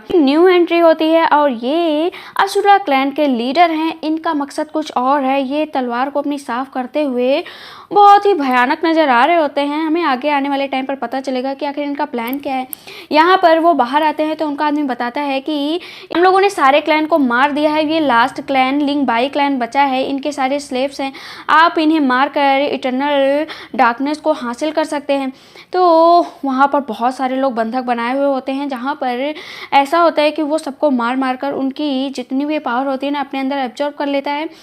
यहाँ पर बात यह है कि इनके क्लैन के जितने भी लोग हैं ना उनकी जो जीवन अवधि है वो बहुत कम है, ये लोग बहुत कम दिन तक जिंदा रहते हैं क्योंकि इनको श्राप मिला हुआ है कि ये लोग ज़्यादा दिन तक जिंदा नहीं रह पाएंगे। तो वो लोग कुछ ऐसी चीज़ें ढूंढ रहे हैं जिससे वो अपनी पावर को पूरा जगा सकते हैं और अपनी पावर को वापस पा सकते हैं। जहाँ पर उसका आदमी बताता है कि हम लोगों ने हेवन रिले में अपने एक आदमी को भेज दिया है, जल्दी ही कोई ना कोई खबर आ जाएगी। इस पर जो वो लीडर होते हैं ना वो बोलते हैं कि हमें तो वो रैम्बो जेडे चाहिए जिसके जरिए मैं अपनी पूरी ताकत को पा सकता हूँ, लेकिन अभी तक ऐसा कुछ नहीं मिला है। लीडर वहाँ पर आए हुए एक आदमी को मार देते हैं और उसको पूरा राख बना देते हैं। पर दूसरा जो सैनिक होता है बोलता है कि आप हमारे पूरे क्लैन को मार कर हमारी ताकत लेना चाहते हैं, इसलिए मैं अपने आप को खुद मार लूंगा। वो क्या करता है ना अपनी पावर से खुद को मार लेता है, लेकिन लीडर को यह बर्दाश्त नहीं होता। वो एक ट्रीजर निकालते हैं जिसके जरिए वो लोगों को जिंदा कर सकते थे। वो उस ट्रीजर से उसको फिर से जिंदा करता है और जिंदा करने के बाद कहता है मेरे बिना कैसे मर सकते हो, मैं ही तुम्हें मारूंगा, और उसकी पूरी पावर ऑब्जर्व करके उसे भी राख बना देते हैं। इधर जो स्पिरिचुअल पावर कहता है कि अपने कल्टीवेशन के सबसे ऊपरी परत पर पहुंच जाओगे, अपनी उस मुकाम को हासिल कर लोगे तो तुम्हें इन सब चीज़ों का पता तो चलेगा ही चलेगा और तुम्हारे फादर सब इन सब चीज़ों को जानेंगे तो शायद वो बहुत ही प्राउड फील करेंगे कि उनका बेटा इतना पावरफुल है और वो अपनी थोड़ी पावर उसे देता है। इधर जिलिन को ले लैंग पकड़ कर ला रही होती है कि उन्हें थैंक यू बोलो चल के, लेकिन वो जा नहीं रहा होता। तभी तेंगजो सामने बैठे हुए एक कछुए को पलट रहा होता है फ्लिप करके। वो देख लेता है ऐसे फ्लिप करते हुए, कहता है नहीं अरे ये तो वही है। वो डर जाता है कि अरे ये कैसे हो सकता है, ये तो वही है, मैं यहाँ से जा रहा हूँ, मैं यहाँ से जा रहा हूँ। और वो वहाँ से भाग कर अपने कैफिन में छुप जाता है, बोलता मैं बाहर नहीं आऊँगा चाहे कुछ भी हो जाए, ये वही आदमी है जो मुझे फ्लिप कर दिया करता था। तो वो कहती है अरे उठो तो मुझे बताओ। कहता है कि मैं जब तक हेवन में था ये तेंगझाओ मुझे हर टाइम उठते बैठते सुबह शाम हमेशा ना पलट दिया करता था, मैं बहुत परेशान हो गया था। तो वो इस पर लेलंग खुद देते से हंसने लगती है और बोलता है कि तुम मेरे ऊपर हंस रही हो, मुझसे शादी करने वाली हो, फिर भी तुम मेरे ऊपर हंस रही हो। कहती है ठीक है अब तुम मेरे से शादी कर लोगे ना तो मैं तुम्हें बचाऊंगी, देखना मैं तुम्हें कभी फ्लिप नहीं होने दूंगी चाहे कुछ भी हो जाए। अब वो स्माइल करने लगता है। यहाँ पर है कि मैं तुम्हारे लिए कुछ लेकर आया हूँ, जहाँ पर वो उसकी पूंछ लेकर आया हुआ होता है जो कि वो वहाँ पर कट गई थी। बोलता है ये तुम्हारे लिए है, तुम इसे ले लो। बोलती है कि तुम लेकिन इसे मुझे क्यों दे रहे हो? तो बोलता है मैंने बहुत मेहनत से इसे इकट्ठा किया है, ये मेरा गिफ्ट है। अब वो उसको चेक करती है तो देखती है उसके अंदर एक बोन्स रहती है। बोलती है ये कैसे यहाँ पर? ये तो तुम्हारी बोन्स है ना, तुमने इसमें अपनी बोन क्यों लगाई? मुझे बताओ, तुम्हें अगर हर्ट हुआ, तुम्हें कुछ चोट लग गई तो क्या? तो बोलता है तुम्हारे आगे मेरे लिए कुछ भी नहीं। वो खूब तेज से रोने लगती है। बोलती नहीं तुम ऐसा नहीं कर सकते, इसको वापस लो। बोलता है मैं ना कछुआ हूँ, मेरी शील्ड मुझे बचाने में बहुत ही ज़्यादा मददगार होगी। और उसको मारने लगती है रो रो के। बोलता है कि तुम मेरे लिए चिंता कर रही हो, अच्छी बात है ना, तुम मेरे लिए चिंता कर रही हो, मैं यही तो देखना चाहता था। और वो इस्माइल मन में क्या करता है, बोलता है मैं बहुत ही अच्छी कंडीशन में हूँ और हमारी शादी भी तो होने वाली है, देखो अब मैं बहुत ही हैप्पी हूँ। बोलती है तुम हैप्पी हो, मैं कल का वेट नहीं कर सकती हूँ, चाहे कुछ भी हो जाए। और उसको वो वहाँ पर किस करती है। जिलिन हैरान रह जाता है कि अरे ये क्या हो रहा है। वो लोग वहाँ पर अपना टाइम स्पेंड करते हैं। शादी का टाइम आ जाता है, सारी चीज़ें तैयार हुआ करती हैं, सब रेड कारपेट की तरह वहाँ पर बिछ जाता है और बहुत ही सुंदर डेकोरेशन होता है, जहाँ पर दान चैंग झाओ को लेकर आती है और बोलती है कि तुम्हें ये सारी चीज़ें कैसी लगी, अच्छी है ना? बोलता है कि हाँ अच्छी तो है, मैं कुछ दिन में मरने वाला हूँ, तो मैं चाहता हूँ कि क्या तुम मेरे साथ प्रैक्टिस करोगी एक बार, शादी जैसे होती है, मैं बस ऐसे ही प्रैक्टिस करना चाहता हूँ। मैं नहीं चाहता हूँ कि मेरे मरने के टाइम ना ये सब चीज़ें गलत हो जाएँ, बस तुम मेरे साथ एक बार प्रैक्टिस कर लो। बोलती है लेकिन प्रैक्टिस कैसे करेंगे? अच्छा चलो ठीक है, मैं तुम्हारी इस बात को मान लेती हूँ। अंदर खड़ी हो जाती है। उसके बाद तीर मारने होते हैं, जब उसकी कोई भी तीर उस दुल्हन तक पहुंच जाएगी तो वो बाहर निकल कर आएगी उस पर्दे से। तो वो पहले तीर चलाने लगता है। तो वो बोलती है अरे धीरे से मारना, कहीं मेरे ऊपर ना मार देना कि मैं मर जाऊं। बोलता है टेंशन मत लो, सब सही होगा, मैं तीर तुम्हें देख कर ही मारूंगा, तुम्हारे ऊपर नहीं मारूंगा। फाइनली तीर लग जाती है। डेंसू बोलता है कि अब दुल्हन बाहर आ सकती है। उसको दो लोग बाहर निकलते हुए धीरे धीरे उस एक पे ऊपर रेड कपड़ा बांध दिया जाता है दोनों के ऊपर, और दोनों अपने उन सारे रिचुअल को फॉलो करते हैं जैसे शादी होती है। अब धीरे धीरे युआन उसको आगे की तरफ ले जाता है, लेकिन यूमो ये सब दूर से देख लेता है। यूमो उन दोनों को जाते हुए देखता है तो दुखी होता है। यांदान क्योंकि घूंघट में होती है ना, तो युआन उसको पकड़ लेता है और अपनी तरफ घसीट लेता है और बोलता है डर रही हो क्या तुम? बोलती मैं क्यों डरूंगी। यूमो बहुत ही दुखी होता है और उसके लिए वो दवा बनाकर लाया हुआ होता है। अब युआन उसका घूंघट एक छड़ी से खोलता है, लेकिन अपने यादों में चला जाता है कि वो सच में उसका घूंघट खोल रहा है। दोनों एक दूसरे को देखकर मुस्कुरा रहे हैं। घूंघट खोलने के बाद उसके करीब धीरे धीरे धीरे जाता है और उसको किस करता है, लेकिन तुरंत ही उसका ख्वाब टूट जाता है। यांदान अपने चेहरे से वो कपड़ा हटा देती है और बोलती है कि हो गई प्रैक्टिस, सब कुछ अच्छे से रहा ना? वो बोलता है कि हाँ बहुत अच्छे से रहा। अब वो बोलता है मुझे सब बहुत पसंद आया है। यहाँ पर जिलिन और लिया लांग की अब शादी का टाइम आ जाता है। दोनों रेड गाउन में बहुत ही सुंदर लग रहे होते हैं, जहाँ पर यूमो और युआन साथ में खड़े होते हैं। युआन बोलता है कि कितनी अच्छी बात है ना, जो लोग प्यार करते हैं उनके सपने पूरे हो जाते हैं। युआन एक गिफ्ट देने वाला होता है तो वो फिर से जाता है जिलिन के पास, तो जिलिन के फिर से हिचकी आने लगती ओ ओ करके, तो तुरंत ही लियालांग उसके ऊपर कपड़ा डाल देती है और बोलती है कि चलो झुक कर जल्दी प्रणाम करो। हाँ बोलता है मैंने शादी के लिए गिफ्ट प्रिपेयर किया है, लेकिन वो गिफ्ट यहाँ पर नहीं है, वो बहुत ही बड़ा गिफ्ट है जो यहाँ पर आ नहीं सकता, इसीलिए मैंने वो गिफ्ट बाहर रखा है, तो आप लोग मेरे साथ है चलिए।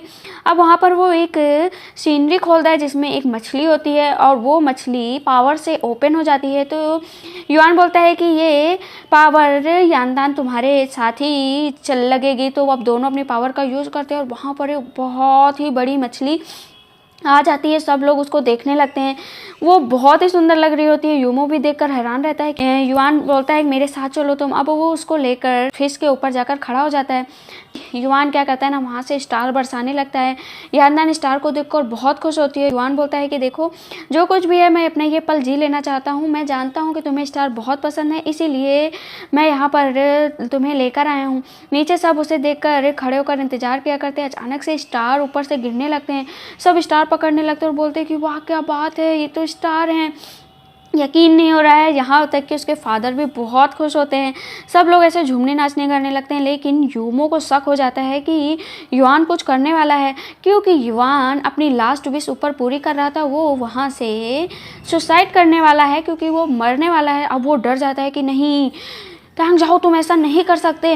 वो कहता है तांग जाओ मेरी बात सुनो, तुम ऐसा नहीं कर सकते। अपने पावर का यूज़ करता है, लेकिन युआन उस पावर को रोक देता है और बोलता है यानदान से कि तुमने मेरी बहुत देखभाल की है, बस मैं तुमसे लास्ट बार पूछना चाहता हूँ कि क्या तुमने मुझसे कभी प्यार किया है, एक बार बता दो बस।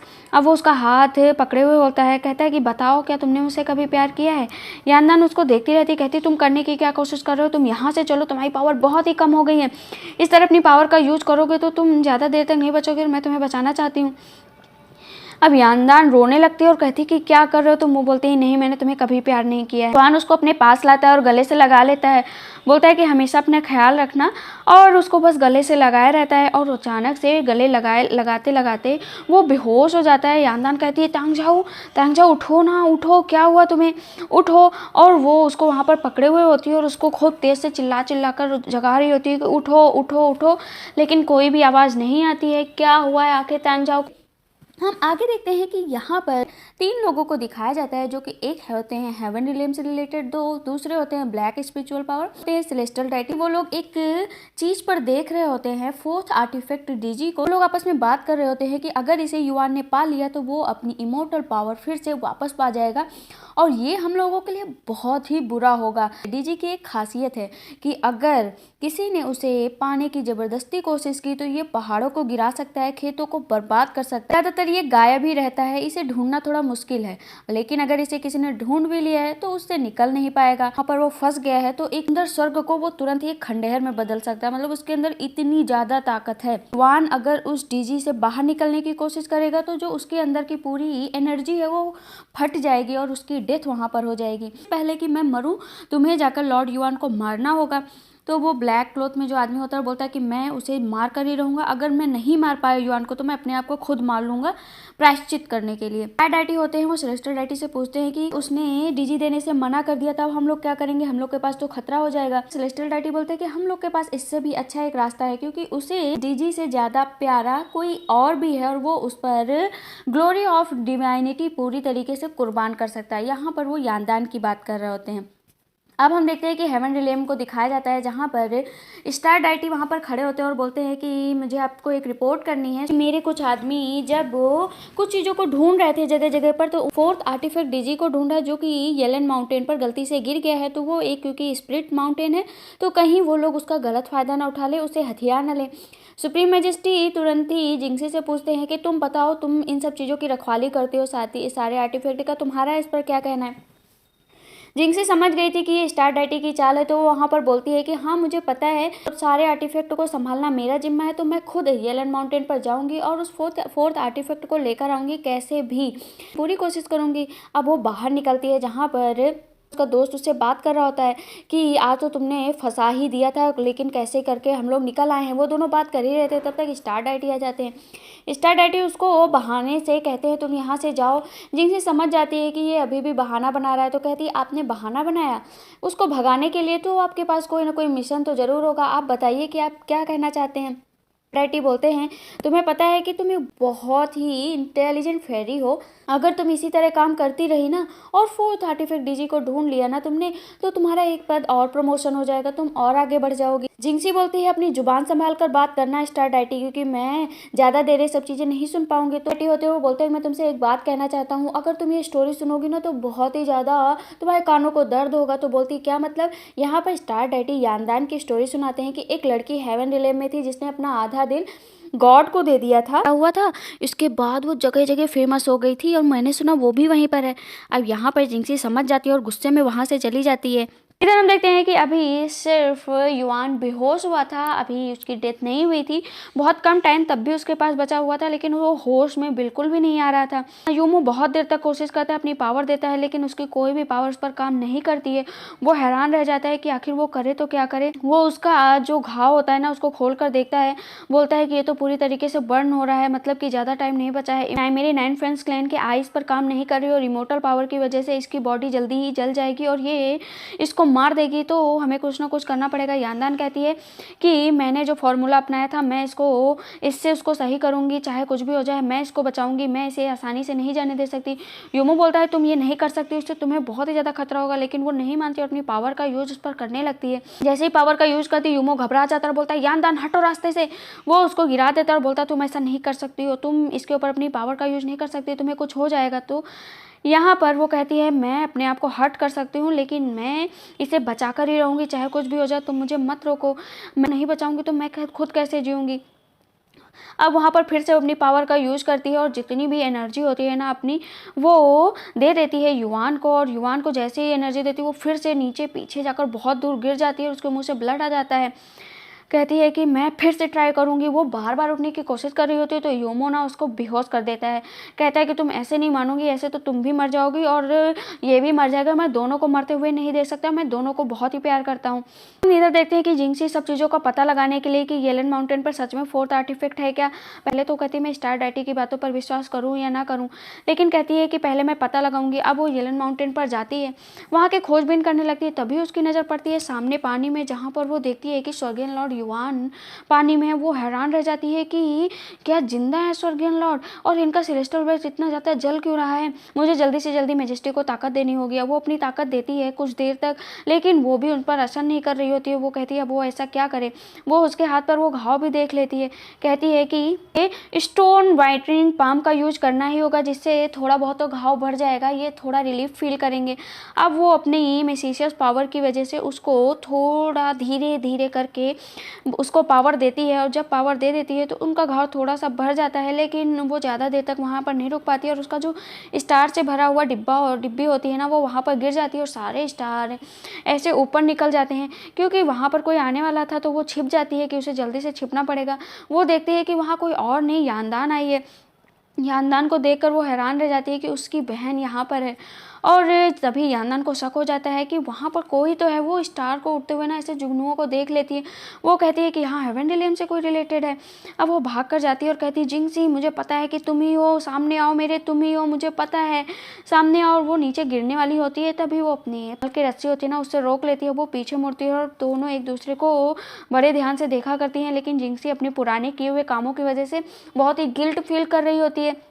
अपना मुंह पीछे कर लेती है और बोलती है कि मैं तो तुम्हारे सिस्टर कहलाने के लायक भी नहीं हूँ, तुम अपनी इमोर्टल लाइफ में सारी शक्तियाँ खो चुकी हो, वो सब मेरी वजह से, तुम्हारे साथ जो कुछ भी हुआ अभी तक वो सब मेरी वजह से, मैं कितनी बुरी हूँ, मैं तो सिस्टर कहलाने के लायक भी नहीं हूँ। तो वो हंसने लगती है और बोलती है कि जब मैं छोटी थी ना, आपने मेरी बहुत देखभाल की, मैं जहाँ भी जाती थी, जैसे भी जाती थी, आप मेरी मिस्टेक को हमेशा छिपा लेती थी, और आज आप मुझे छोड़कर ऐसे ही जा रही हैं, ऐसे कैसे जाने दे सकती हैं आप। तो वो उसे एक बीक ब्रेकिंग डैगर देती है और बोलती है कि तुम मुझे इससे ना मेरे सारे लिए हुए बदले ले लो, तुम चाहे जो करो, मैं चिल्लाऊंगी भी नहीं।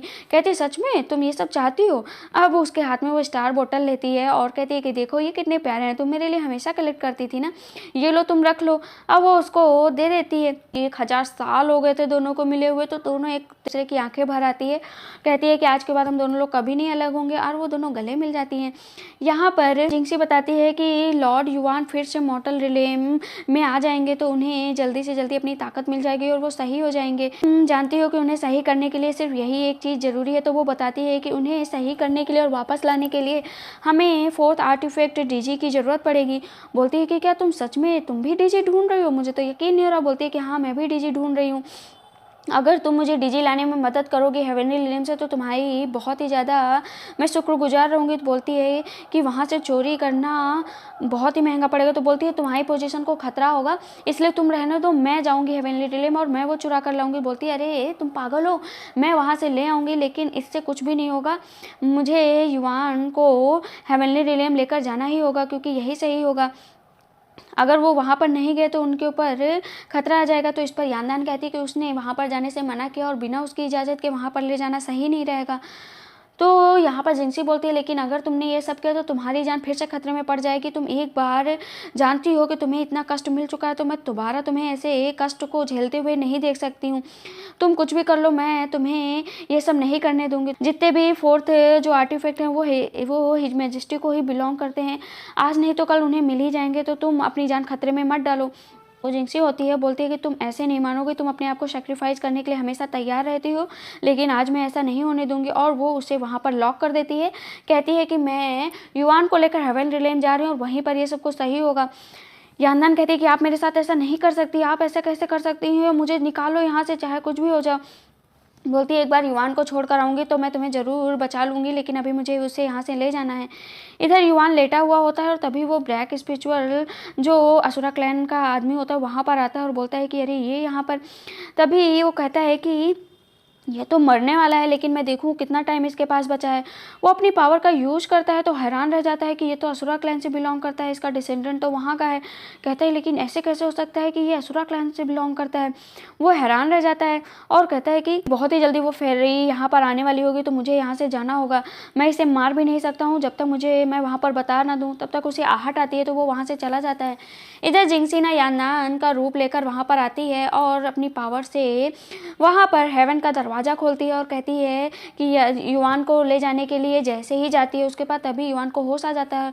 बोलती है कि अरे तुम उठ गए, मैं तुम्हें यहाँ पर लेने आई हूँ ना, मैंने बहुत सोचा। इसके बाद मुझे जो है युमू ने एक आइडिया दिया कि 9 फ्रेंड्स क्लैन हमें वहाँ पर चलना होगा, उसके बाद तुम्हें वहाँ पर जा सकता है, तो तुम जितनी जल्दी हो सके मेरे साथ चलो। तभी उसकी बोतल वहाँ पर गिर जाती है। युआन उस बोतल को देखकर बोलता है तुम्हें ये बोतल कहाँ से मिली। तो वो वहाँ पर ना बातों को छुपाने के लिए झूठ बोलती है। इधर यांदान जो उसने उसको ड्रगर दिया था ना उसका यूज करती है और बोलती है कि सॉरी जिंक्सी सिस्टर, लेकिन आपका ड्रगर मुझे यूज करना ही पड़ेगा। वो उसको वहाँ पर यूज करती है और उसकी वजह से ना वो जो कवच होता है वो टूट जाता है। वो उसे बचाने के लिए भागती है, लेकिन इधर युआन को जिंक्सी पर शक हो जाता है। वो उसके सामने तलवार लगा देता है, बोलता है कि तुम यांदान नहीं हो, क्योंकि मैं अच्छे से जानता हूँ कि यांदान हो ही नहीं सकती। ये जो नीचे बोतल है ना वो मेरी और यांदान की लास्ट ख्वाहिश थी और तुम उसी के बारे में झूठ बोल रही हो। तुम्हें क्या लगता है मरने से पहले मैं ये सब सुनूंगा? मैं बिल्कुल नहीं सुनूंगा। और तुम बताओ तुम कौन हो? और तलवार उसके सामने किया हुआ होता है। बोलता है मैं उससे बहुत ही प्यार करता हूँ, स्टार देखना बहुत पसंद है। यांदान ये सब दूर से सुना करती है और उसकी आंखों में ना आंसू आ जाते हैं कि सच में युआन उससे इतना प्यार करता है। जिंक्सी बोलती है कि आपको मेरे साथ चलना ही होगा। और तभी यांदान आ जाती है, बोलती है कि ये युआन इसको चोट मत पहुंचाइएगा, मेरी सिस्टर है। सिस्टर आप यहाँ पर थोड़े दिन रुक जाइए, आप भी देखिए ना कि क्या कुछ सही हो सकता है। लेकिन यहाँ पर वो पीछे मुड़ जाती है और बोलती है कि अब तो जो कुछ भी तुम्हें करना है वो तुम करो। और उसकी बहन बोलती है कि अगर तुम इसे हेवन रिलेम नहीं ले जाना चाहती हो तो कोई बात नहीं, लेकिन यहाँ पर मरना होगा युआन को, तो क्या तुम ये कर पाओगी? अब वो अपना मुंह पीछे कर लेती है और बोलती है कि अब तुम खुद सोचो तुम्हें क्या करना है। अब यांदान बहुत दुखी होती है। युआन कहता है कि मुझे माफ़ कर दो, मुझे लगा ना कि वो पपेट स्पेल का यूज कर रही हो, अपना रूप बदल कर आई है, मैं तुम्हारी बहन को खतरा नहीं पहुँचाना चाहता था। तब यहाँ पर यांदान कहती है क्या तुम मुझसे सच में प्यार करते हो? बोलता है कि मेरी आंखों में देखो तुम्हें पता चल जाएगा। यांदान कहती है प्रूफ क्या है कि तुम मुझसे प्यार करते हो, मुझे प्रूफ करके दिखाओ। बोलता है कि तुम क्या प्रूफ करना चाहती हो? वो अपनी तलवार लेता है और बोलता है कि मेरे पास बस यही चीज़ बची है तो तुम इसे ले लो। अपने हाथ में ले लेती है, कहती है कि क्या तुम मेरे लिए मरना पसंद करोगे? अब वो वहाँ पर वो हैरान रह जाता है कि ये मरने की बात कैसे करे और वो जिंक्सी को लॉक कर देती है। कहती है कि तुमने मुझे लॉक किया था, अब मैं तुम्हें लॉक कर रही हूँ। यहाँ पर युआन आपको तो मरना ही पड़ेगा। और वो स्माइल करती है, कहती है कि मुझे तुमसे और भी बहुत कुछ चाहिए सिस्टर, लेकिन अभी यहाँ पर मुझे अपना पूरा काम करना ही होगा। कहती है कि तुम कहते हो ना कि तुम मुझसे प्यार करते हो, बहुत प्यार करते हो। वो रोता रहता है, कहता है कि तुम मेरी जान लेना चाहते हो ना, ले लो। यांदान भी रोने लगती है। वो तलवार उठाती है और युआन के सीने में एकदम घुसा देती है अंदर। कहती है कि माफ़ कर देना मुझे। और वो बहुत उसका जो अंदर जो हार्ट होता है ना, हाफ हार्ट यांदान का, उस पर लगता है। कहती है कि आज के बाद तुमने मुझे जितना कष्ट दिया, एक बार तुमने मुझे मारा, अब मैं तुम्हें मार रही हूँ, अब हम दोनों का जो ना हिसाब है ना वो पूरा बराबर हो गया है। युआन रोता है, बोलता है मैं तो तुमसे हमेशा ही कहता था कि मैं तुमसे बहुत प्यार करता हूँ, तुम बस मुझे इतना सा मार रही हो, इतने से मारने में क्या होगा, देखो अभी देखो। और वो तलवार का कोना पकड़ता है और एकदम अंदर घुसा लेता है। कहता है कि आप बताओ। अब यांदान बहुत दुखी होती है और वो नीचे गिरने वाला होता है और अचानक से वो पानी में गिर जाता है, जहाँ पर उसका जो फोर्थ आर्टिफैक्ट होता है ना वो खुल जाता है और सारे के सारी चीज़ें उड़ने लगती हैं। क्योंकि किसी गॉड का मरना चंबे से कम नहीं हो सकता। और वहाँ पर सब भयानक तरीके से टूटने लगता है, लोग दूर दूर जाकर गिरने लगते हैं। युआन पानी में गिर जाता है, जो उसको हाफ हार्ट होता है ना, उसमें से बहुत तेज से फट जाता है। युआन पानी के अंदर चला जाता है। पर फोर्थ आर्टिफैक्ट डीजी अब बाहर आ चुका था येलन माउंटेन से, और वो किसी और के साथ नहीं, युआन के साथ बाहर आया था। तो जब वो येलन माउंटेन से बाहर निकल कर आता है तो एक पेड़ के नीचे युआन के साथ आता है, और वहाँ पर युआन भी थोड़ी देर बाद आ जाता है। ये सब यानदान और उसकी बहन दूर से देखा करते हैं, जहाँ पर वो उसकी बहन कहती है ये तो फोर्थ आर्टिफैक्ट डीजी है ना, यहाँ पर कैसे। तब यानदान कहती है कि येलन माउंटेन हमेशा से ही ऐसी स्पिरिचुअल पावर को अपने अंदर समाहित करके रखता है, और शायद इसी वजह से वो उसके पानी के अंदर, उसके अंदर ये डीजी था, इसीलिए वो सारे के सारे घाव को हमेशा भर दिया करता था। यानदान को सारी चीज़ें समझ में आ रही थी, लेकिन युआन की हालत बहुत ही खराब हो रही थी। यहाँ पर यानदान के पास युआन को बचाने का एक ही रास्ता था कि जो उसके पास आधा हार्ट है ना, वो उसको दे दे युआन को, जिससे वो बच जाए। लेकिन जिंगसी ये सब समझ जाती है और बोलती है कि तुम ये क्या करने की कोशिश कर रही हो। उसकी बहन कहती है तुम्हें पता है ना कि लोटस हार्ट कनेक्ट है 7 अफेक्शन और 6 डिजायर से। अगर तुमने अपनी स्पिरिचुअल पावर से जरा सा भी कट किया तो तुम्हें पता है कि तुम लोटस से फिर से ह्यूमन में कन्वर्ट हो जाओगी और तुम्हें कोई भी नहीं बचा पाएगा। तुम इसकी वजह से तारा अपनी जान दे रही हो, तुम ऐसा कैसे कर सकती हो, सोचो एक बार। वो बोलती है जिंगसी माफ कर देना मुझे, लेकिन तो मुझे करना ही पड़ेगा। अब वो धीरे धीरे उसके पास जाती है, उसके पास जाकर उसके गालों को छूती है और कहती है कि प्यार करना शायद यही है कि मैं तुम्हें अपना हार्ट आज दे दूं। युआन को भी होश आ चुका होता है, जहाँ पर वो अपना हार्ट निकालकर उसको देने लगती है, साथ में डीजी भी होता है। युआन थोड़ा होश संभालता है और बोलता तुम ऐसा नहीं कर सकती यानदान, रुक जाओ, मैंने कहा रुको, तुम अपना दिल तुम मुझे नहीं दे सकती। लेकिन यानदान अपना काम पूरा करने की जिद पर अड़ी थी, और वो अपना आधा हार्ट निकाल कर युआन की तरफ दे देती है, और उसके अंदर वो जैसे ही जाता है तो उसके थोड़ा बहुत उसकी जो तकलीफें होती है ना, मिट जाती हैं। यानदान ने कहा था कि मैं तुम्हारी आज वो सारी यादें लौटा दूंगी जिनसे तुम अभी तक अनजान हो, आज वो सब तुम्हारी यादें लौट आएंगी। जैसे ही हार्ट उसके अंदर जाता है ना, उसकी सारी जितनी भी पुरानी चीज़ें होती हैं वो सब याद आने लगती है कि वो यानदान को कैसे परेशान किया करता था, उससे बात किया करता था। यानदान उससे बहुत चिढ़ती थी, बट कहीं ना कहीं युआन को उससे धीरे धीरे प्यार हो गया था, और उसी की वजह से वो क्लिप से नीचे कूदी थी। वो रोने लगता है, वो धीरे धीरे कहते कहते कब नीचे गिर जाती है पता ही नहीं चलता। युआन भागता है, कहता है यानदान, और से वो भागने चलता है तो जो फोर्थ आर्टिफैक्ट डीजी होता है युआन की बॉडी के अंदर चला जाता है। युआन जाने की कोशिश तो करता है उसकी तरफ, लेकिन जा ही नहीं पाता, क्योंकि उसके अंदर अब हेमन रिलेम की सारी ताकत उसके अंदर अब धीरे धीरे आ रही थी। यानदान उसको देख रही थी कि कैसे उसकी बॉडी पूरी चमक रही है, और धीरे धीरे वो टैंग झॉ से कब लॉर्ड युआन में तब्दील हो जाता है। यानदान बस देख कर मुस्कुराती रहती है। युआन कहता है कि तुम फिर से, और तुम ही हो ना मेरे सपने में हमेशा आने वाली। वो उसे देखा करता है और मुस्कुराया करता है और कहता है तुमने मेरी आज फिर जान बचाई। लेकिन तब तक यानदान बेहोश हो चुकी होती है। युआन कहता है उठो उठो, मैं तुम्हें बचा कर ही रहूंगा चाहे कुछ भी हो जाए। यानदान कहती है कि तुम अब कोई भी कोशिश मत करो, क्योंकि मेरा जाना यहाँ से तय है। तुम अब लॉर्ड युआन बन चुके हो, तुम अपनी जिम्मेदारी संभालो। युआन कहता है कि ऐसे कैसे हो सकता है कि तुम्हारा आधा दिल तुमने मुझे क्यों दे दिया। दूर से जिंगसी ये सब सुन रही होती है और बोलती है कि इसने अपना दिल, पूरा दिल सिर्फ तुम्हारी वजह से गंवाया है। इसने सारा अपना जितना भी मेहनत थी ना लोटस से ह्यूमन में कन्वर्ट होने का, सब कुछ गवा दिया है आज सिर्फ तुम्हारी वजह से। और इसकी सिलेस्टर पावर अब कभी वापस नहीं आएंगी, क्योंकि इसके पास जब दिल ही नहीं होगा तो इसकी पावर्स कैसे आएंगी। युआन कहता है मैं इसकी पावर इसको लौटा दूंगा कुछ भी हो जाए। अब वो अपनी ताकत से उसकी पावर, जितनी भी अपने अंदर पावर होती है ना, उसको देने लगता है। यानदान उसको रोकने की कोशिश करती है और अपना हाथ ऊपर करती है, कहती है ऐसा लग रहा है ना कि मेरी बॉडी जल रही है और मैं जल्दी ही यहाँ से चली जाऊँगी और मेरा शायद मरने का टाइम आ गया है। लेकिन मैंने तुमसे सच्चे दिल से प्यार किया है। एक टाइम आया था जब मैं ऊपर से कूदी थी तुम्हें अपना प्यार दिखाने के लिए, लेकिन आज मैं मर रही हूँ हमेशा के लिए सिर्फ तुमको दोबारा प्यार दिखाने के लिए। युआन खोते से रोता है और बोलता है मैं तुम्हें अपने आप से दूर जाने ही नहीं दूंगा कुछ भी हो जाए। बोलती है मैं पल पल जल रही हूँ और शायद थोड़ी देर बाद पूरी तरीके से जल जाऊंगी। मेरे पास ज़्यादा टाइम नहीं बचा है, बस मेरे पास बहुत ही कम टाइम बचा है, और तुम भी तो अब टैंग झॉ से बन चुके हो लॉर्ड युआन, जिम्मेदारी संभालो। लेकिन वो तब तक बेहोश हो जाती है। अब युआन बहुत ज़्यादा दुखी होता है और वो अपना हार्ट अंदर से निकालने लगता है। तब तक जिंगसी आती है और बोलती है कि आप ये क्या कर रही हो मैजेस्टी, आप ऐसा नहीं कर सकते। वो यानदान कहते हुए उधर भागती है।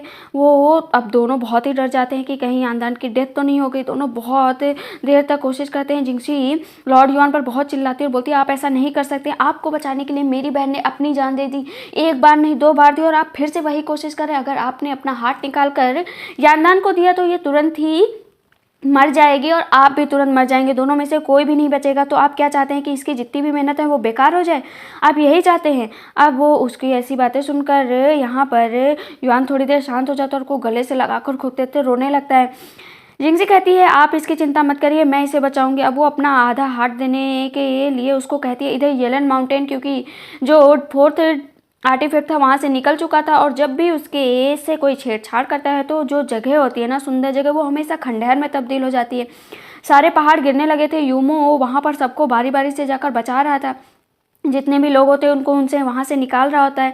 इधर जिंगसी अपना आधा हार्ट देने के लिए यानदान को तैयार थी, अपनी पावर से उसे हार्ट देने जा रही होती है और बोलती है कि मेरी वजह से तुमने पहले अपना आधा हार्ट खोया है, क्योंकि मेरी गलती तब भी थी।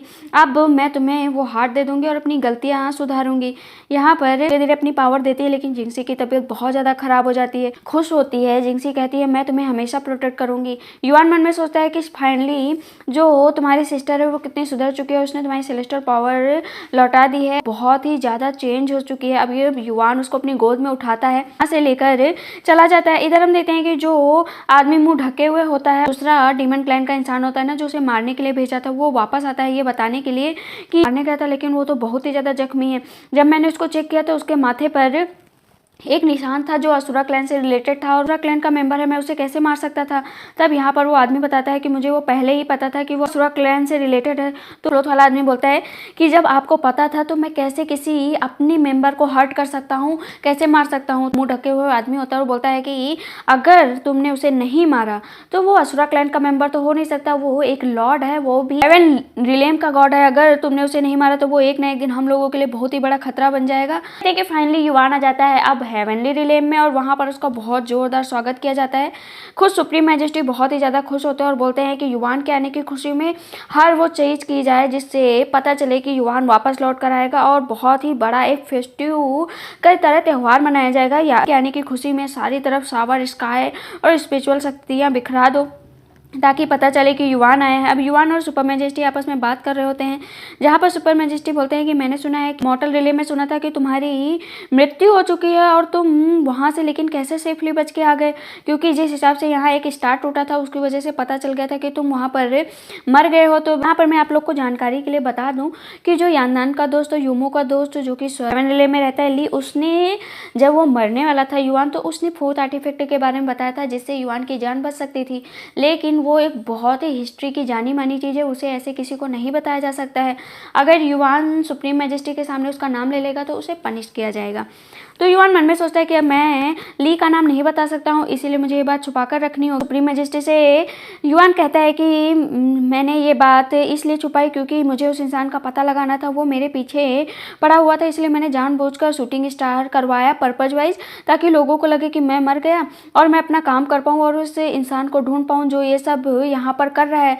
तब यहाँ पर सुप्रीम मैजेस्टी बोलते हैं कि ठीक किया तुमने, मैंने सुना है कि तुम्हारी फिर से जान जाने वाली थी, फिर तुम्हें किसने बचाया। मैजेस्टी बोलते हैं मुझे उस पर्सन का नाम बताओ, मैं उसे प्रमोट करूंगा और उसे एक गिफ्ट भी दिया जाएगा। युआन बोलता है कि मैं आपको एक बात बताना चाहता हूँ कि जो इंसान मुझे मारना चाहता है वो मुझे लगता है कि पपेट स्पेल का यूज कर रहा है। पपेट स्पेल का नाम सुनकर सुप्रीम मैजेस्टी थोड़ा अचंभे में चले जाते हैं। पपेट स्पेल को कैसे बनाया जाता है ये सिर्फ डीमन क्लैन के लोग जानते हैं, तो ऐसे कैसे उसका यूज कोई कर सकता है। यहाँ पर सुप्रीम मैजेस्टी भी हैरान रहते हैं कि इसका यूज़ कोई कैसे कर सकता है, ये तो 900 साल पहले इसे डिस्ट्रॉय कर दिया गया था और इसे कुछ ही लोग जानते हैं, और जो लोग जानते हैं वो इसे बनाने की जो क्रिया है ना उसको रिवील नहीं कर सकते हैं। तो कोई ना कोई तो है जो इसे यूज कर रहा है। अब सुप्रीम मैजेस्टी और दोनों लोग परेशान रहते हैं। तब यहाँ पर सुप्रीम मैजेस्टी बोलते हैं कि ये बहुत ही डेंजरस है, अगर कोई पपेट स्पेल का यूज कर रहा है तो ये बहुत खतरे वाली बात है, तुम जल्दी से जल्दी इसका पता लगाओ, किसने बचाई थी, मैं उससे खुद बात करूंगा जाकर। यहाँ बता देता है कि मेरी जान जिंगसी ने नहीं, उसकी बहन ने बचाई है। तब पर सुप्रीम मैजेस्टी बोलते हैं कि यानदान मतलब कि जिंगसी की छोटी बहन, बोलते हैं कि हाँ। तब मैजेस्टी को पूरी बात समझ में आ गई थी कि ये वही लड़की यानदान है जिससे के प्यार में युआन पागल है और उसी की वजह से वो लड़की क्लिप से कूदी थी। यहाँ पर सुप्रीम मैजेस्टी गुस्सा हो जाते हैं कि तुम आज भी उसका नाम ले रहे हो। तुम्हें नहीं पता है कि तुम इतना बड़ा गुनाह कर रहे हो। तुम भले ही वापस आ गए हो, लेकिन आज भी हेवनली रिलेम में प्यार को फॉरबिडन माना गया है। तुम मानो या ना मानो, लेकिन यहाँ पर प्यार करना आज भी अलाउड नहीं है।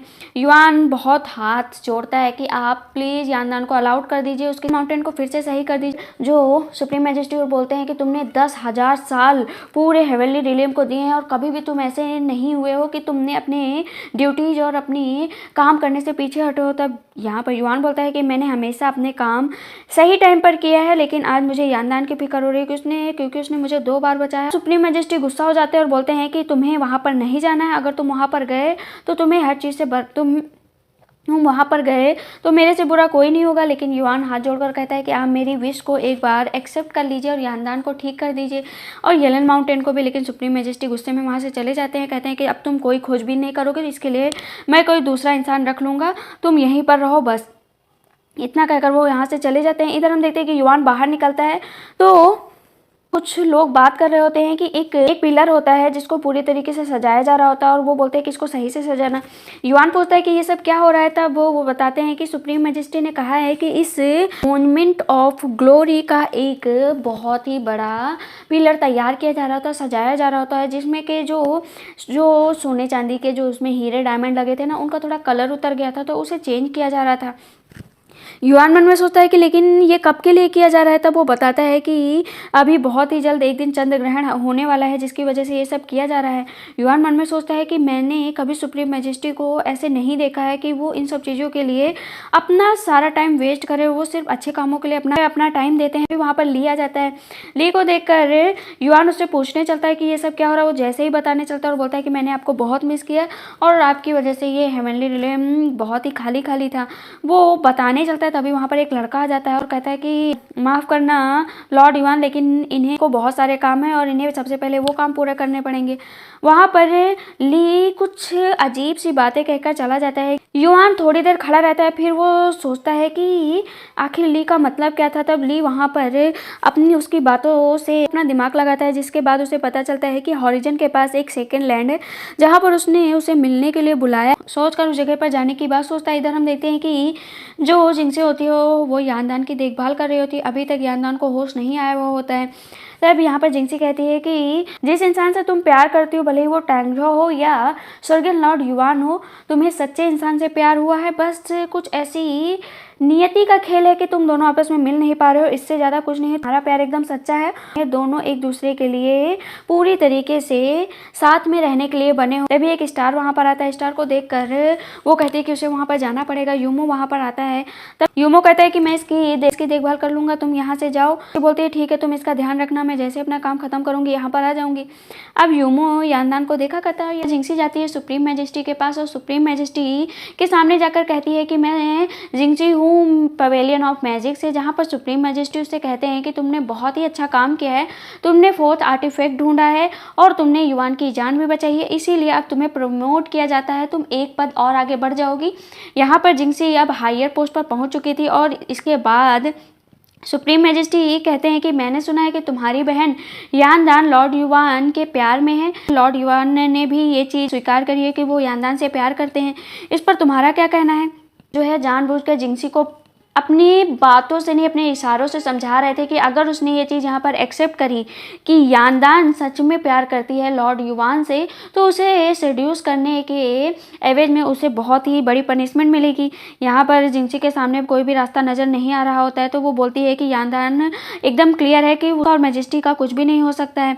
अब वो युआन से मिलने जाती है। युआन उससे पूछता है कि क्या यांदान उठ गई है, वो ठीक है। जिंक्सी बताती है कि यांदान अभी उठी नहीं है, लेकिन वो पहले से काफ़ी बेहतर है, जल्दी ही वो ठीक हो जाएगी। युआन बोलता है कि उसकी जो भी हालत हुई है वो सिर्फ मेरी वजह से हुई और तुम्हारे साथ जो कुछ हुआ वो भी मेरी वजह से हुआ, उसके लिए मैं माफ़ी मांगता हूँ। जिंक्सी कुछ बातें कहने गई होती है लेकिन नहीं कहती है, क्योंकि युआन कुछ चीज़ों को पता लगाने के लिए जाने वाला होता है। तो येलन माउंटेन पर क्योंकि 4th आर्टिफैक्ट डिजी का प्रहार हुआ था, तो सब अब बाहर इधर उधर भटक रहे होते हैं। रास्ते में सबका इलाज चल रहा होता है, जहाँ पर जियान बहुत ही दुखी होती है। उसने एक पेड़ लगाया हुआ होता है लेकिन उस पर फूल ही नहीं निकल रहे होते हैं। यहाँ पर पेड़ लगाया था, मैं रोज़ पानी देती थी, लेकिन देखो यहाँ पर कुछ हुआ ही नहीं और टेंसु आता है, बोलता है कि एक चीज़ हो सकती है, तुम यहाँ पर ना यानदान की मदद से यहाँ पर फूल उगाएंगे। बोलती है सच में डेंसु? वो बोलता है हाँ। इधर यानदान जाती है उसी जगह पर जहाँ पर युआन 4th आर्टिफैक्ट के बाद बेहोश पड़ा हुआ था, लेकिन अब वो पेड़ पूरी तरीके से सूख गया था, तो वो उसको छूकर बस उन चीज़ों को महसूस कर रही होती है और कहती है कि सब कुछ बदल जाता है। देखो एक पल में तुम वहाँ और मैं यहाँ। इधर युआन बहुत सारे लेटर आए हुए होते हैं जिन्हें वो पढ़ रहा होता है और बहुत ही ज़्यादा ठंडी होती है। तभी एक आदमी आता है और बोलता है कि योर मैजेस्टी यहाँ पर बहुत ठंड है, इसीलिए यहाँ पर फायर का उपयोग किया जाता है जब भी लेटर पढ़ा जाता है, तो मैं आपके लिए एक प्रिपेयर कर देता हूँ। पर युआन लेटर पढ़ने लगता है, तभी उसके अंदर जो ब्लैक स्पिरिचुअल पावर होती है वो बाहर आ जाती है। युआन कहता है जो तुम ऐसे खुलेआम हेवनली रिले में निकल आते हो, अगर तुम्हें किसी ने देख लिया तो तुम्हें पनिशमेंट मिलेगी, तुम यहाँ पर ऐसे खुलेआम नहीं घूम सकते हो। इसके बाद वो बैठ जाता है और कहता है कि पावर स्पिरिट जो है ना वो आपसे बहुत प्यार करती है और आप भी उससे बहुत प्यार करते, तो आप लोग शादी क्यों नहीं कर लेते हैं? युआन कहता है अब तुम्हें यहाँ से जाना चाहिए। वो बोलता है कि मैं आपकी मदद कर सकता हूँ। युआन कहता है मुझे तुम्हारी मदद नहीं चाहिए। अब वो बुक पढ़ रहा होता है जहाँ पर वो फेंगक्वान वैली से आए हुए लेटर का वेट कर रहा होता है कि शायद उससे कुछ उसे क्लू पता लग जाए, लेकिन वहाँ से अभी तक कोई लेटर नहीं आया हुआ था। इधर जो फायर क्रिस्टल होता है वो अचानक से ब्रेक होने लगता है। युआन कहता है ऐसे कैसे हो सकता है कि ये फायर क्रिस्टल ब्रेक हो सकता है? वो उठता है और उसे पावर देने लगता है कि उसको जोड़ दे, लेकिन वो जुड़ता तो है नहीं। समझ जाता है कि इसके पीछे जरूर कोई ना कोई है। ये फायर क्रिस्टल लाने से लेकर हर चीज़ तक कोई सबूत मिटाना चाहता है। जो वो फायर क्रिस्टल होता है ना वो फट जाता है और युआन कहीं दूर चला जाता है और जो लेटर रखे हुए होते हैं वहाँ पर आग लग जाती है। यहाँ तक कि पूरे टैंक्शन जो टेम्पल होता है ना वहाँ पूरे में आग लग जाती है, क्योंकि सारे सबूत वहीं पर होते हैं। टेम्पल में आग लग जाती है तो वो जब जाता है वहाँ पर आग बुझाने तो देखता है कि स्टार डैडी वहाँ पहले से ही आग बुझा रहे हैं। वो मन में सोचता है कि मैं तो यहाँ पर आ गया क्योंकि मैं यहीं पर था, लेकिन ये इतनी दूर होने के बावजूद यहाँ पर कैसे आ सकता है? इतनी जल्दी इसको पता कैसे चल गया कि यहाँ आग लग गई है? पर स्टार डैडी बोलते हैं कि ज़्यादा कुछ मुझे नहीं लगता है, आग लगी है, मैं जल्दी ही इसे बुझा दूंगा। बाहर निकलता है, उसके बाद बोलता है कि कुछ भी नहीं जला है, बस कुछ लेटर जले हैं, इसके अलावा कुछ नहीं जला। और ये जो फायर क्रिस्टल है ये काफ़ी ज़्यादा ओल्ड हो गया है, पुराना है, इसकी वजह से आग लग गई, वरना आग ना लगती। वान को वो प्रणाम करते हैं कि वान जानबूझकर बस उसका हाथ टच कर लेता है, पता चल सके कि इसके ऊपर शेड स्पेल का यूज़ तो नहीं हुआ है जो उसके हाथ पर निशान बना है, और अब 5 दिन बचे हैं उसके मरने में। लेकिन जब वो हाथ चेक करता है तो उसके हाथ पर ऐसा कोई निशान नहीं होता है, क्योंकि पपेट स्पेल का यूज़ रूप बदलने के लिए होता है। तो युआन को शक है कि कोई ना कोई रूप बदल कर तो यहाँ पर आ रहा है। तभी वहाँ पर मार्शल आ जाते हैं और मार्शल जो है स्टार डैडी को देखकर चिल्लाने लगते हैं कि इन 100 सालों में मैंने इन सब सोल्जर को तैयार किया और तुमने क्या किया? देखो यहाँ पर आग लग गई, बिना ट्रेन के तुम ऐसे किसी को सोल्जर बनाओगे तो ऐसा ही होगा ना। चिल्लाया करते हैं कि तुम सुप्रीम गॉड के पास जा रहे हो सिर्फ अपना बहाना लेकर, मुझे पता है तुम किसी लायक नहीं हो, तुम बहुत ही बेकार हो। दिन भर सोता रहता था, दिन भर बस पड़ा रहता था अपने रूम में, और आज देखो कहाँ से कहाँ तक पहुँच गया है। उस टाइम मुझे यहाँ पर बताओ कि इतने दिनों में क्या हुआ। तो बताते हैं कि देखो ये, लेकिन जितनी भी बुक यहाँ पर थी वो स्टार डैडी ने सारी यहाँ से चुरा ली है, उनको सबको पढ़ लिया है। वो हर चीज़ का फॉर्म, जैसे युद्ध लड़ा जाता है, कहाँ पर कौन सा तरह से फॉर्मेशन तैयार की जाती है, ये सब चीज़ों के बारे में वो जानता है। वो सारी बुक यहाँ से बहुत दूर ले गया है, हम लोगों से दूर। बुक दी थी वो मैंने संभाल कर रखी है। वो बुक उसे युआन को देता है, कहता है ये लो तुम। तब युआन पूछता है क्या उसे बैटल इन्फॉर्मेशन के बारे में पता है? तब मार्शल बोलते हैं मुझे नहीं पता है कि उसकी क्या प्लानिंग है, लेकिन वो सब कुछ जानता है कि जब से सेलेस्टियल डीमन वॉर हुई है तब से ही ये सब हो रहा है। कि सुप्रीम गॉड ने मुझे एक बार वार्न किया था कि इस इंसान से बचकर रहो सुपर डाइटी से, क्योंकि ये बहुत ही चालाक और धूर्त इंसान है। लेकिन कुछ दिनों बाद सुप्रीम गॉड ने ही मुझे मेरे स्थान से हटाकर उसको लीडर बना दिया और मुझे पीछे कर दिया। युआन कहता है लेकिन सुप्रीम गॉड कभी भी अपने शब्दों से पीछे नहीं हटते हैं, उन्होंने आखिर ऐसा क्यों किया? तब मार्शल बोलते हैं कि सब कुछ चेंज हो चुका है, आज जो है शायद वो आगे और भी चेंज होगा। सेलेस्टियल डाइटी थे, उनकी जो है युद्ध के दौरान डेथ हो गई थी, वो फिर से वहाँ पर आ गए हैं। पूरा का पूरा पपेट स्पेल की तरफ वो उसका शक जा रहा था, लेकिन अभी तक उसको रियल कल्प्रिट के बारे में उसे नहीं पता था। इधर हम देखते हैं कि लियो होता है और जो जिटाओ होते हैं ना वो वहाँ पर एक फॉर्मेशन का यूज कर रही होती है, जिस फॉर्मेशन का नाम होता है टेलीपोर्शन स्पेल, जिससे किसी दूसरी जगह पर जाया जा सकता है। तो अब लियो हैरान रह जाता है कि ये टेलीपोर्शन का यूज क्यों कर रही है, कहीं इसे फिर से जाने का मन तो नहीं बना लिया है मुझे छोड़कर। पूछता है कि तुमने इसका यूज क्यों किया, क्या तुम मुझे छोड़कर जाना चाहती हो? बोलती है नहीं, भला मैं आपको ऐसे छोड़कर क्यों चली जाऊंगी, मैंने तो आपसे शादी की और हमेशा साथ जीने मरने की कसम खाई है, मैं आपको बिना बताए कभी नहीं जाऊंगी। वो पर वो बताती है कि यानदान का बर्थडे आने वाला है, तो मैं उसे बस इसके जरिए गिफ्ट पहुंचाना चाहती थी, इसीलिए मैंने उसके लिए गिफ्ट तैयार किया है। मेरी बहुत मदद की है, आखिर मैं उसके लिए इतना तो कर ही सकती हूँ। लियो बोलता है कि ठीक है, तुम ये मुझे दे दो, मैं ये पहुंचा दूंगा, तुम इसकी टेंशन मत लो। तो वो कुछ देर सोचती है और बोलती है कि आप मेरे बारे में चिंता मत करिए, ये लीजिए, आप पहुंचा दीजिएगा। अब वो उसके हाथ से ले लेता है। उसके पास एक लेटर आता है। यूमो ने उसे येलन माउंटेन पर बुलाया था, सारी जगह के लीडरों को बुलाया था, जहाँ पर जिटाओ और लियो को भी बुलाया गया था। जिटाओ बोलती है कि उसने मुझे इसलिए बुलाया है क्योंकि उसे मुझ पर शक हो रहा है कि कहीं मैं पपेट स्पेल का तो यूज नहीं करती हूँ, वो मुझ पर शक कर रहा है। जाने लगती है तो लियो उसके ऊपर एक चीज़ का यूज करता है जिससे उसकी सच्चाई उसको सामने आ सके और उससे माफ़ी मांगता हो रहा है, बस मैं उसको दूर करना चाहता हूँ। यूमो और यानदान साथ में येलन माउंटेन पर होते हैं, जहाँ पर यूमो बताता है कि मैंने उससे फेंगक्वान वैली के भेजे हुए लेटर उस तक पहुँचा दिए हैं, शायद उसने अब तक पढ़ लिया होगा, लेकिन उसे क्या पता कि वहाँ पर तो लेटर जला दिए गए हैं। यानदान कहती है टांगजाओ की डेथ हो चुकी है और लॉर्ड युआन से मेरा कोई नाता रिश्ता नहीं है, वो अपनी दुनिया में जी रहा है और मैं अपनी दुनिया में जी रही हूँ। माउंटेन भी डीमन क्लैन के अंदर ही आता है, तो अब वो लोग भी डीमन क्लैन से ही जुड़े हुए हैं क्योंकि लेकिन यानदान अपनी हरकतों से बाज नहीं आती, वो उसको छोटा सा कंकड़ फेंक कर मारती है। जिलिन उधर से आता है और कहता है किसने किया, किसने किया। तभी जियान आती है और बोलती है कि आप ना यहाँ पर रहिए और आप बहुत अच्छी हैं, आप हम लोगों को ना डीमन की पावर जो होती है उनके बारे में सिखाइए कि कैसे हम लोग स्काई में उड़ सकते हैं, सब कुछ हमें सिखा दीजिए। तो वो फिर उसे गिफ्ट देती है, कहती है ये मैंने ना अपनी तरफ से गिफ्ट बनाया है।